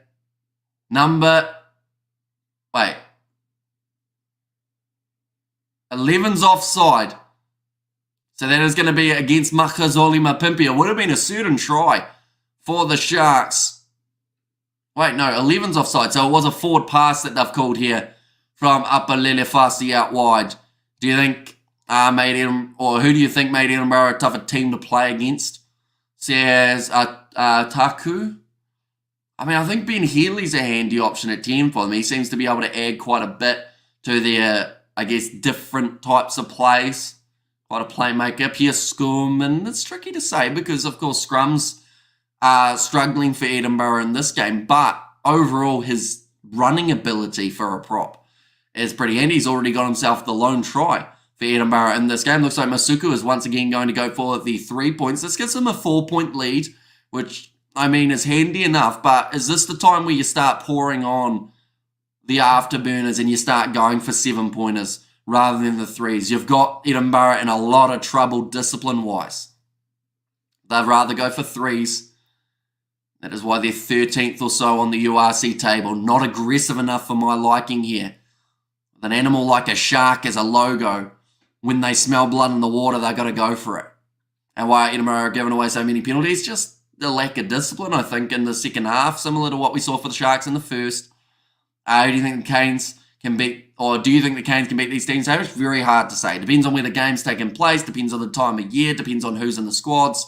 A lot of variables. But the good news is in 2028, we might get to see it because that's when the Club World Cup's coming. But the international players will not be available for those games. So, yay, that's fun. But we're at least getting a Club World Cup, so of course it's going to be good in some regards. Now, rolling this one back. Jaden Hendrickson inside of the 22. And it does get it into touch. So 4-point lead here for the Sharks. The stadium in Durban. Also not the biggest, but still impressive. Says Kwan there. Hopefully I said that correctly. I do apologise if I have mispronounced it. A line-out throw. And remember the last Sharks game, we wanted more tries. They were very happy with goal kicking. Says Arthur, yeah, and it was a bit of a shame because I honestly feel if they had looked to attack earlier in that game, they would have got a bonus point and all those extra points could have added up towards them making it as a little bit of a bogey team to the quarterfinals. But, yeah, it just seemed like they were happy enough taking 3s and taking the risk late in a game to allow the opposition back into the contest. Now Juan Mata, it's actually Viliami Mata. Looks like he has stayed down with an injury. Oxness share though. Getting the turnover. Masuku goes off to Makazole Mapimpi, who once again goes for the grubber in behind. Upper Lelefasi chasing after him. Big shot coming in on Ben Healy. 2 Sharks players in there, but they've collapsed in the breakdown. And they aren't allowed to go for that ball. Mapimpi wanted it. The scoreboard is froze. There's currently 54 minutes in. There we go. We have updated it. 20 points. to 16. Cross kick attempted for the Sharks. Viliami Mate couldn't catch up, but then the Koch was not quite able to catch the ball either. The crowd picking up here. Sounds like Matthew Carley once again having to tell both sides to calm down. A lot of yelling going on at the referee in this game. A full match would be tough to find, unfortunately.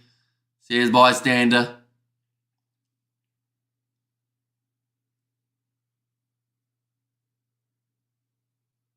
Right, they're talking about the dynamic of the tackle caused the player to fall over. So I think that has all been agreed on. The tackle is legal. And now the Sharks, this is where they kick for the corner, is it not? They've got a 4-point lead. Team warning for Edinburgh to sort their discipline out. And Masuku now will be kicking this ball into touch. This will be 5 meters out from the try line. Great shot from Upper Lelefasi. In the end.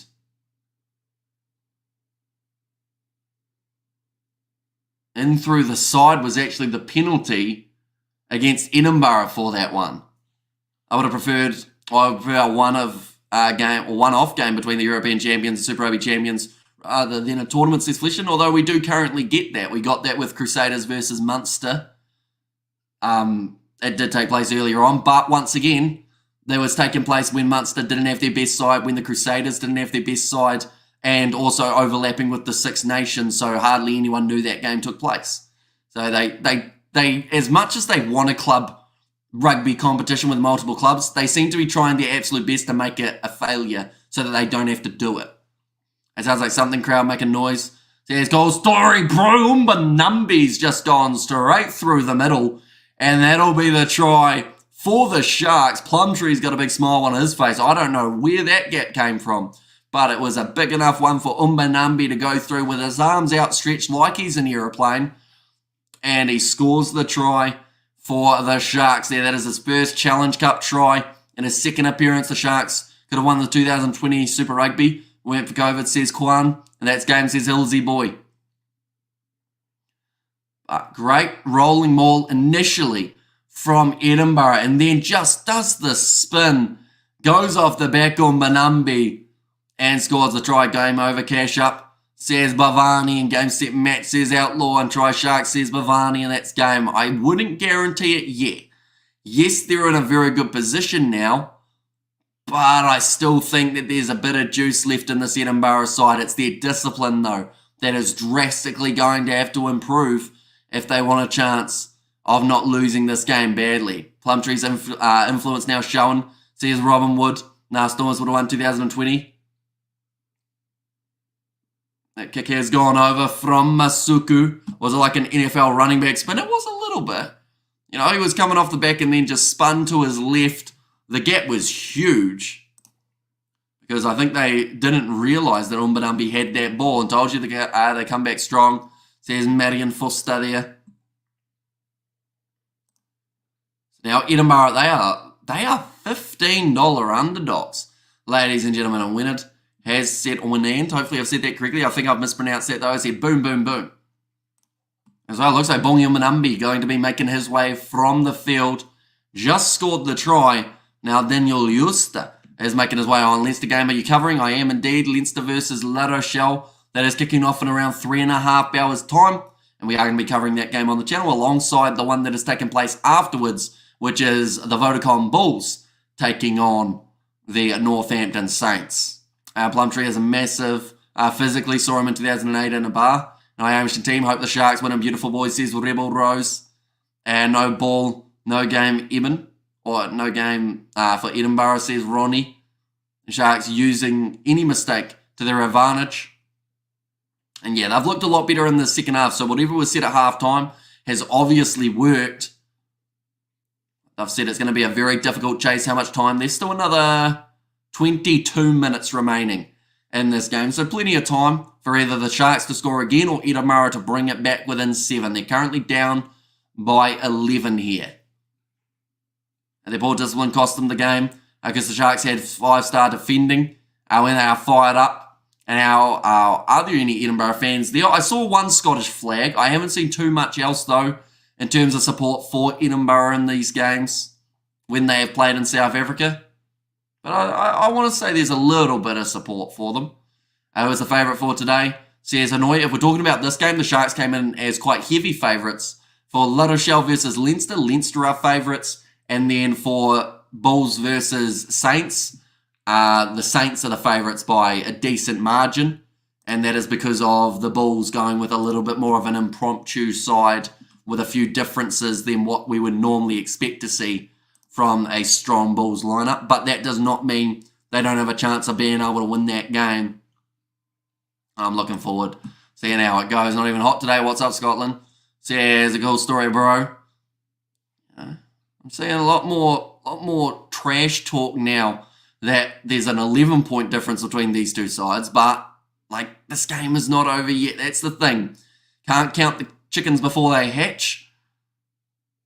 And Ali Price now on the field here for Edinburgh. Nice solid dummy from Ben Healy, but he's dragged down well by Jaden Hendrickson. Like it was mentioned, the Sharks' defence has been extremely strong throughout this contest. Ali Price has that ball there for Pierre Skurman. I think Liviskakni just tackled a man off the ball. Healy, bit of a juggle, and he gets jumped on by Pepsi Butalese. Hamish is a Scottish name. Do you have Scottish heritage? I think way back in the day. Are there any Edinburgh fans there? Like I said, not a huge amount in attendance for this game. And bad like how, says Otaku. The scoreline looks bad, but the advantage in favour for Edinburgh here. Healy, inside ball given away to Pepsi Butalese. And they will go back now for the original penalty to Edinburgh. This is one of the first penalties we've seen against the Sharks throughout the second half, and that will certainly want to be the case moving forward. See the 3 tries for the Sharks compared to the 1 from Edinburgh. They are 11 points down, so they kind of have to go for the corner here. Are they taking the 3? Kick it goal, says Matthew Carley. And Healy goes, no, we're not doing that. We're kicking it for the corner. We need tries, and we need points in a hurry. 20 minutes remaining in this one, ladies and gentlemen. Taking a deep breath there was Ben Healy. She mentioned the next game that is taking place of the Challenge or the Champions Cup is actually the Champions Cup. That will be the match between Harlequins and Bordeaux. We aren't covering that one, but we are covering the game after that, which is La Rochelle versus Leinster. That is going to be an outstanding game. At the moment, Clermont are leading their game up against Ulster 27-14, for anyone wondering. Now rolling ball. And it's going to be the penalty to the Sharks. 5 metres out from their own line. As you went around the corner, there were 2 players in front of the ball carrier. As the call, Hamish, I'm curious, have you checked your analytics, top 3 nations by subs and views? I know that for us, I think it's South Africa, New Zealand, Fiji. I think are our 3 biggest audiences that we've got.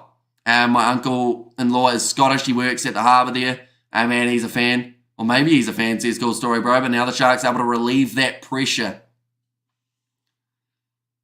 And that is exactly what they would have needed pour from Edinburgh. Says Ozzy, if they had scored there, could have been a different game. But because they've given away that chance, I said that they peeled away. It was Hamish Watson and Pierre Skurman who were in front.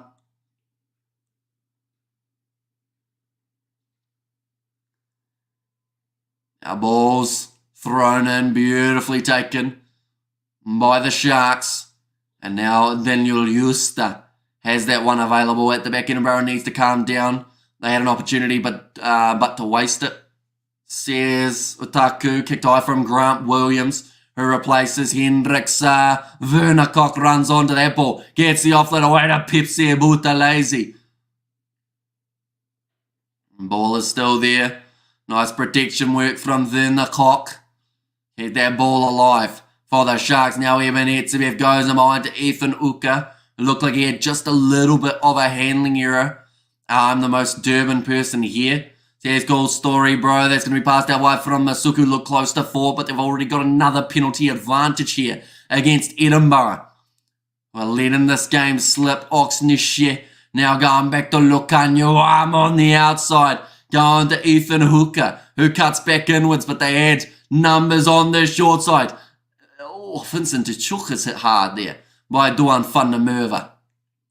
I think in that case, we saw Pepsi Butalese waiting patiently out on that wing for the chance to be able to score it, sending it back the other way to Vincent Koch. I'm a top fan of Edinburgh. His daughters live there, but I live in Cape Town. Says Penelope there. Now Grant Williams going off to Upper Lelefasi. They have still got the penalty advantage, and they will know, or now go back for it. This would give them an 18-point lead or a 16-point lead if they go for the try here. So I think that that is exactly what the Sharks need to do. Put on kind of aggression. Masuku's pointing at the post, is he?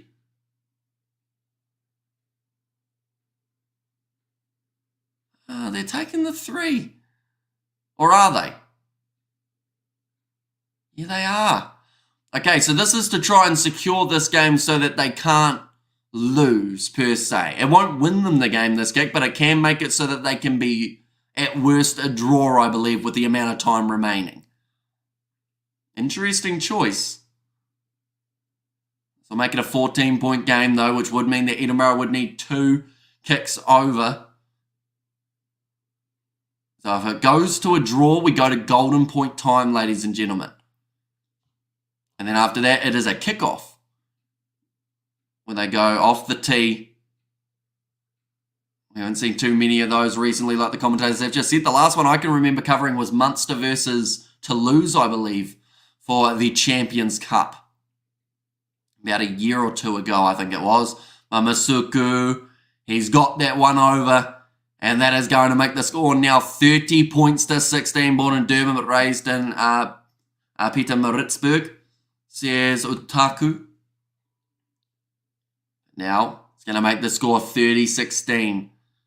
And I'm in Durban as well, says Robin Wood. So anything now for the Sharks. They get a 3-pointer option. I believe that they will take it again, just to slowly keep on extending that lead. But Edinburgh find themselves with 14 minutes remaining, 14 points down. They were leading at half-time, but they are yet to get a single point in the second half. And one main reason for that has been their discipline. Let them down majorly. Grant Williams goes across the Hawks. Nishe. He's had a big game, not just in the scrums, but also in terms of the carries that he has had to make. Now rolling this ball back, it will be Grant Williams.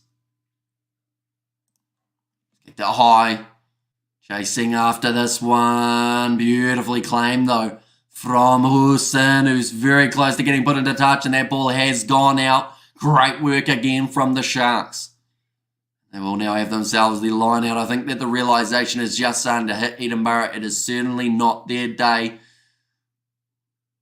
That looks like Eben Etzebeth if he got a handlebar mustache there. Commentators just said the same thing. He just said, is that a skinny Eben Etzebeth lookalike? I'd say it's not too far off.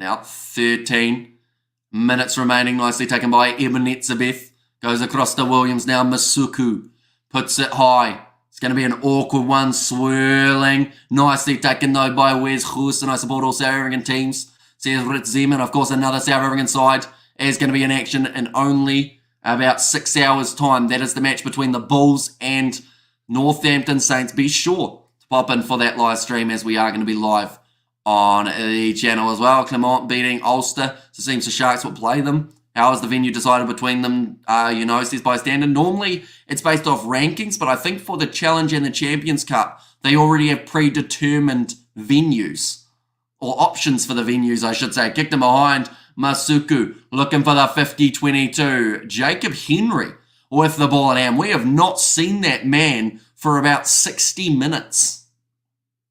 Now, what do you think can help improve their discipline, says Otaku? I think it's just staying on side for that little bit longer, because so many times that has actually been what has got them penalised. Now Lavaskachny thought about passing one more. Good tackle made by Hamish Watson.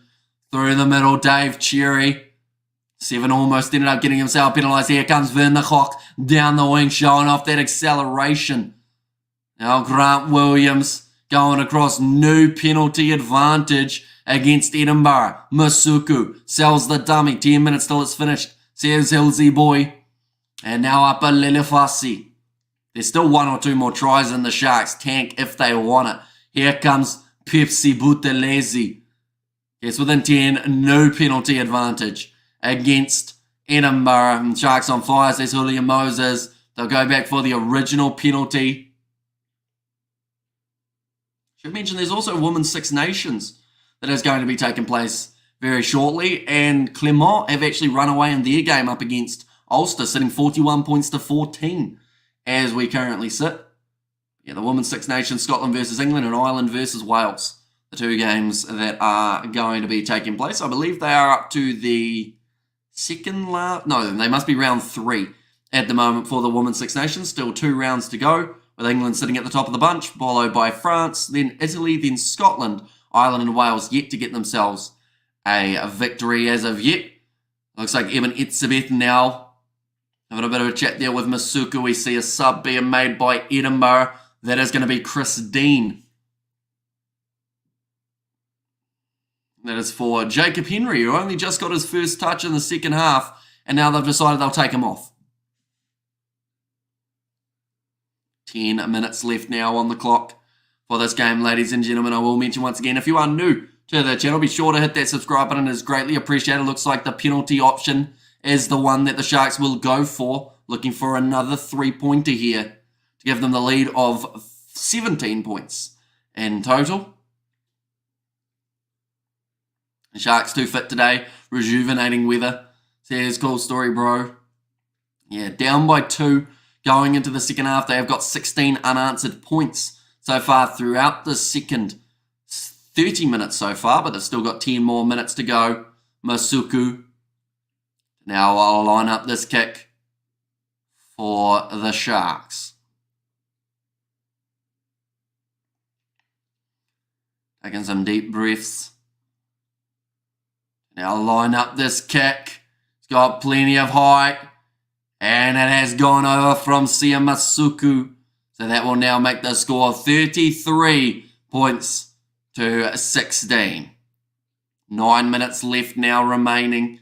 And this game, it's more of a case of the Sharks are moving on to the semi-final of the Challenge Cup. It's just a question of what's the end score going to be. Can the Sharks score 1 or 2 more tries now that they've got that 17-point lead? Kick off short from Edinburgh. Goes straight to Lavaskhachny. Asking for the penalty for being taken out in the air. Referee does say play on Grant Williams now. It's this ball up high. I see taken from Makazole Mapimpi. And that is somewhere that the Sharks have been so much better than Edinburgh throughout this game, is those high balls. Getting under it, taking them cleanly. We've seen Werner Koch take one. We've seen Makazole Mapimpi, Apalele Fassi all doing their work as the back three to keep that ball on the side of the Sharks. And it's slowly building them like 30 metres at a time. Williams goes to the kick in behind again, but this time it is nicely taken by Wes Goosen. Almost got away on the short side. Back across, big shot coming in from Mchunu. Back across Hodgson. Going away to Luke Crosby. Seems like they've still got a bit left in the gas tank here. Nice run forward from Chris Dean. Has to cut back in off his wing. Straight in over the top of that breakdown were the Sharks playing the ball on the ground. Penalty. Probably could have been one against the Sharks for him through the side against Werner Koch. I could be wrong there, but he did lose his footing, which then flopped him straight over the middle, which allowed that Sharks counter ruck.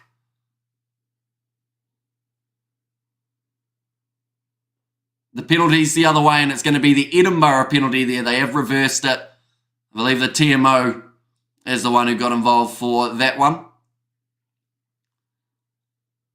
And game over, Sharks will win, says William Moses. Now, still time remaining, but Edinburgh, 7 minutes. And they need 3 tries, theoretically, to win this game. They need 2 tries converted, and alongside that, they need a 3-pointer to be able to take this to golden point time. Looks like Kerwin Bosch is not too far away from making his way onto the field here for the Sharks.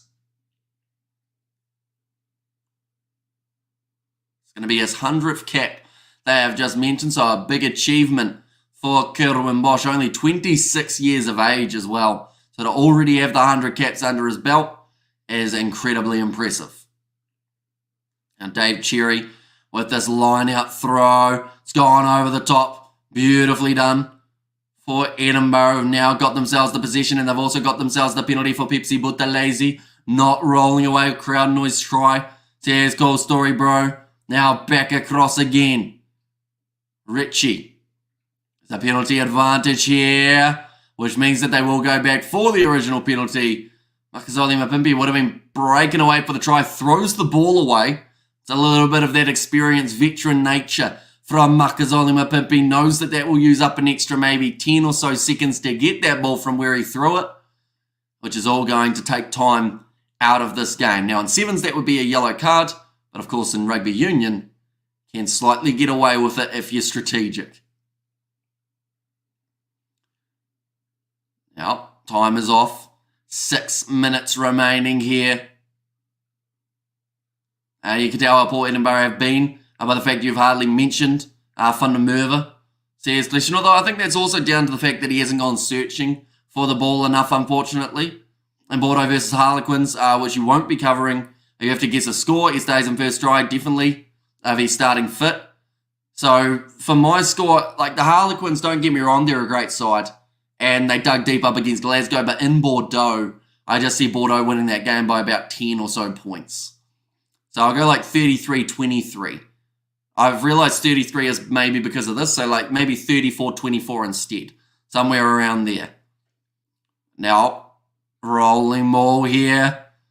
Close for Edinburgh. They're over for their first try of the second half.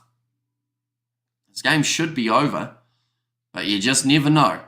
It's the thing with rugby union. If they score another one within the next, let's say, 3 minutes, it's all on for young and old. Probably about $100 underdogs at the moment here at Edinburgh. Yeah, they were $41 underdogs going into this set play, but they get the rolling ball try. Takes them up to 21. They are still out of reach, you would think. You just never know. They get this kick over. I'll put them back to only 10 points down, which is a try converted and a penalty or a drop kick. And we go to golden point time. Healy, he's got that kick over. 33 points to 23. The Sharks, they've done so well, they cannot let this slip now. The Sharks foot off the pedal. So here's Johannes. Now 5 minutes remaining. The Sharks, once again, taking their time, walking back to halfway. So the referee said he's going to turn the time off as they are just slowly, casually strolling towards their halfway line. Edinburgh already back ready for their next touch of the ball. I was just mentioning, if the Sharks win this game, that'll be the first ever Challenge Cup semi-final for a South African side. Going to be kicked off high now from Kerwin Bosch. Going up for this one, nicely taken by Sam Skinner. They have got to travel 75 or so metres down the field. They're going for the quick hands. Where's Hoosen? Ball on the outside is kicked there. Okay, interesting choice from Matt Curry. I think he forgot when the game or whereabouts in the game they were, as it's now given the Sharks the line out from just out from the Edinburgh 22. And yes, there was a lot of pressure on, but I think at this stage you still have to get that ball through their hands, take the contact. Time is off again with 4 minutes remaining on the clock. Another line out here for the Sharks. They can still score another try. Would get them close to the 40 points. Like they're just saying there, the Edinburgh side, they thought that this was their chance to get themselves some sort of silverware. Now, of course, in the URC, they've still got a decent chance. Right, time is back on. Line out now for the Sharks. That is going to be from about 15 metres out. Another big chance here to add some more points on the board. Vincent Tachuka, he's made 69 metres throughout this game. He's had a big one. And that's going to be nicely taken by Labaskachny. Dragged down. Penalty advantage for the Sharks again. Daniel Juster has that one. Breaks off with Vincent Koch, which takes them to 10 metres from the line. Sharks coach looks familiar. That is John Plumtree. And Grant Williams goes off to Pepsi Buthelezi. They've taken his ankles out from underneath him. Williams pops it up now. So I believe that is Hanro Jacobs. And defence says Otaku. Ball is still there. 3 minutes remaining. New penalty advantage. They seem to not be able to work out how to not infringe in this game. Now 10 metres out. Grant Williams going off to the left-hand side. Chipped him on by Kerwin Bosch. New penalty advantage for the Sharks. Apalele Fasi looks like he wants to take this one quickly. Oh. He almost did accidentally there. Was this a mark? Oh no, they were going back to the mark. Yeah, Apalele Fasi almost accidentally took a quick tap there. Dropped it almost onto the boot. Sharks nearly there, says Julian Moses. So the Sharks, they will be advancing. Same with Clermont in the Challenge Cup. Oh. Okay, they're going to take the 3 points here again, the Sharks. Like, I guess fair enough. But, you know, you got 2 minutes left. Get another try. Get a bit of aggression about you. It's going to be the chance now for Kerwin Bosch. This will be his first kick of the day. But yeah, I'm still surprised that they would opt for 3. And I guess it does help secure it more, but the amount of time that it would have taken for that scrum or line out would have used up just as much, if not more time on the clock. Now Bosch. Taking its time here to line up this kick, going to use the full minute available. His 100th game for the Sharks. The kick does go over, and that will now make the score 36 points to 23. The exact same score as the Hurricanes versus Chiefs game from Super Rugby earlier. Sharks not a try machine. So here's Arthur Harrison.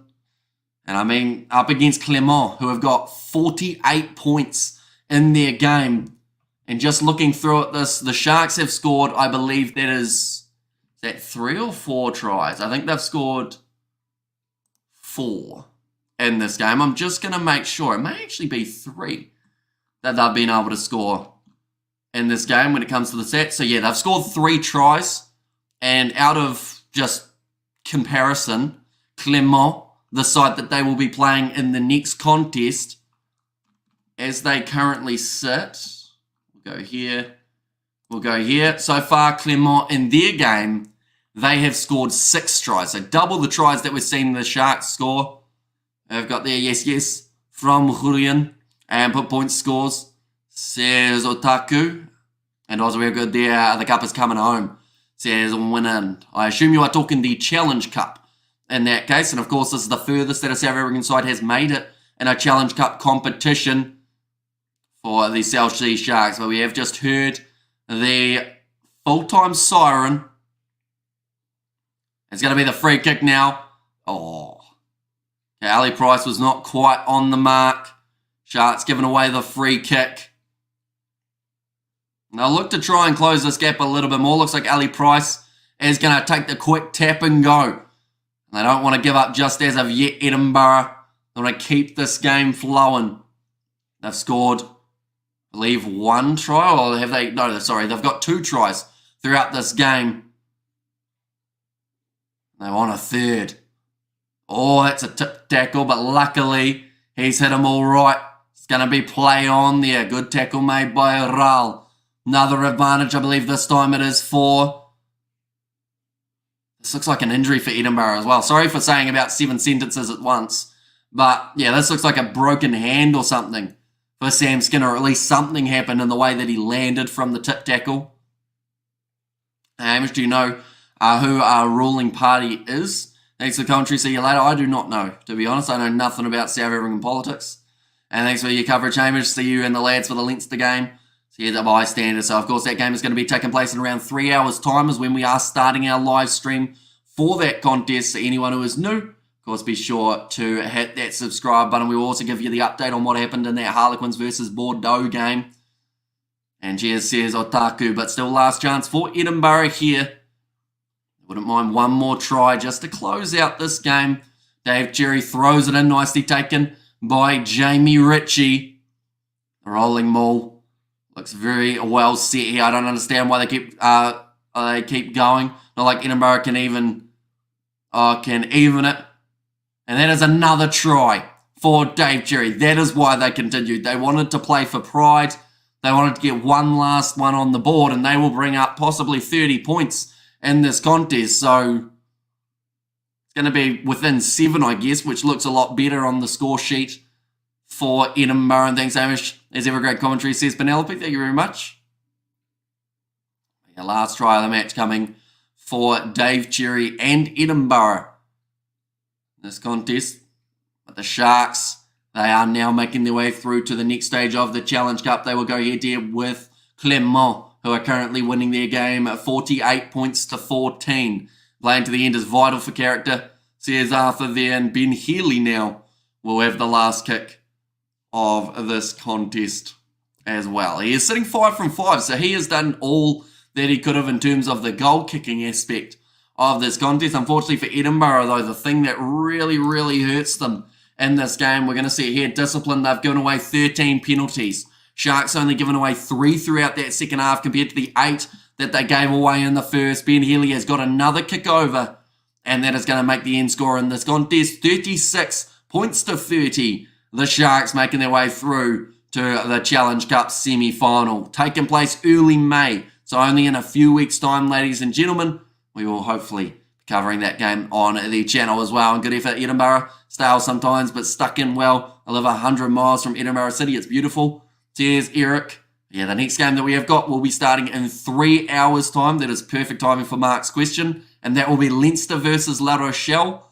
And then the game after that is the match between the Vodacom Bulls and the Northampton Saints. So that game will be kicking off in around 5.5 hours' time for that Bulls match. But the next game that we are covering is in 3.5 hours or so time. 3 hours' time. And that is going to be the matchup taking place between Leinster and La Rochelle. That's going to be a great one to call.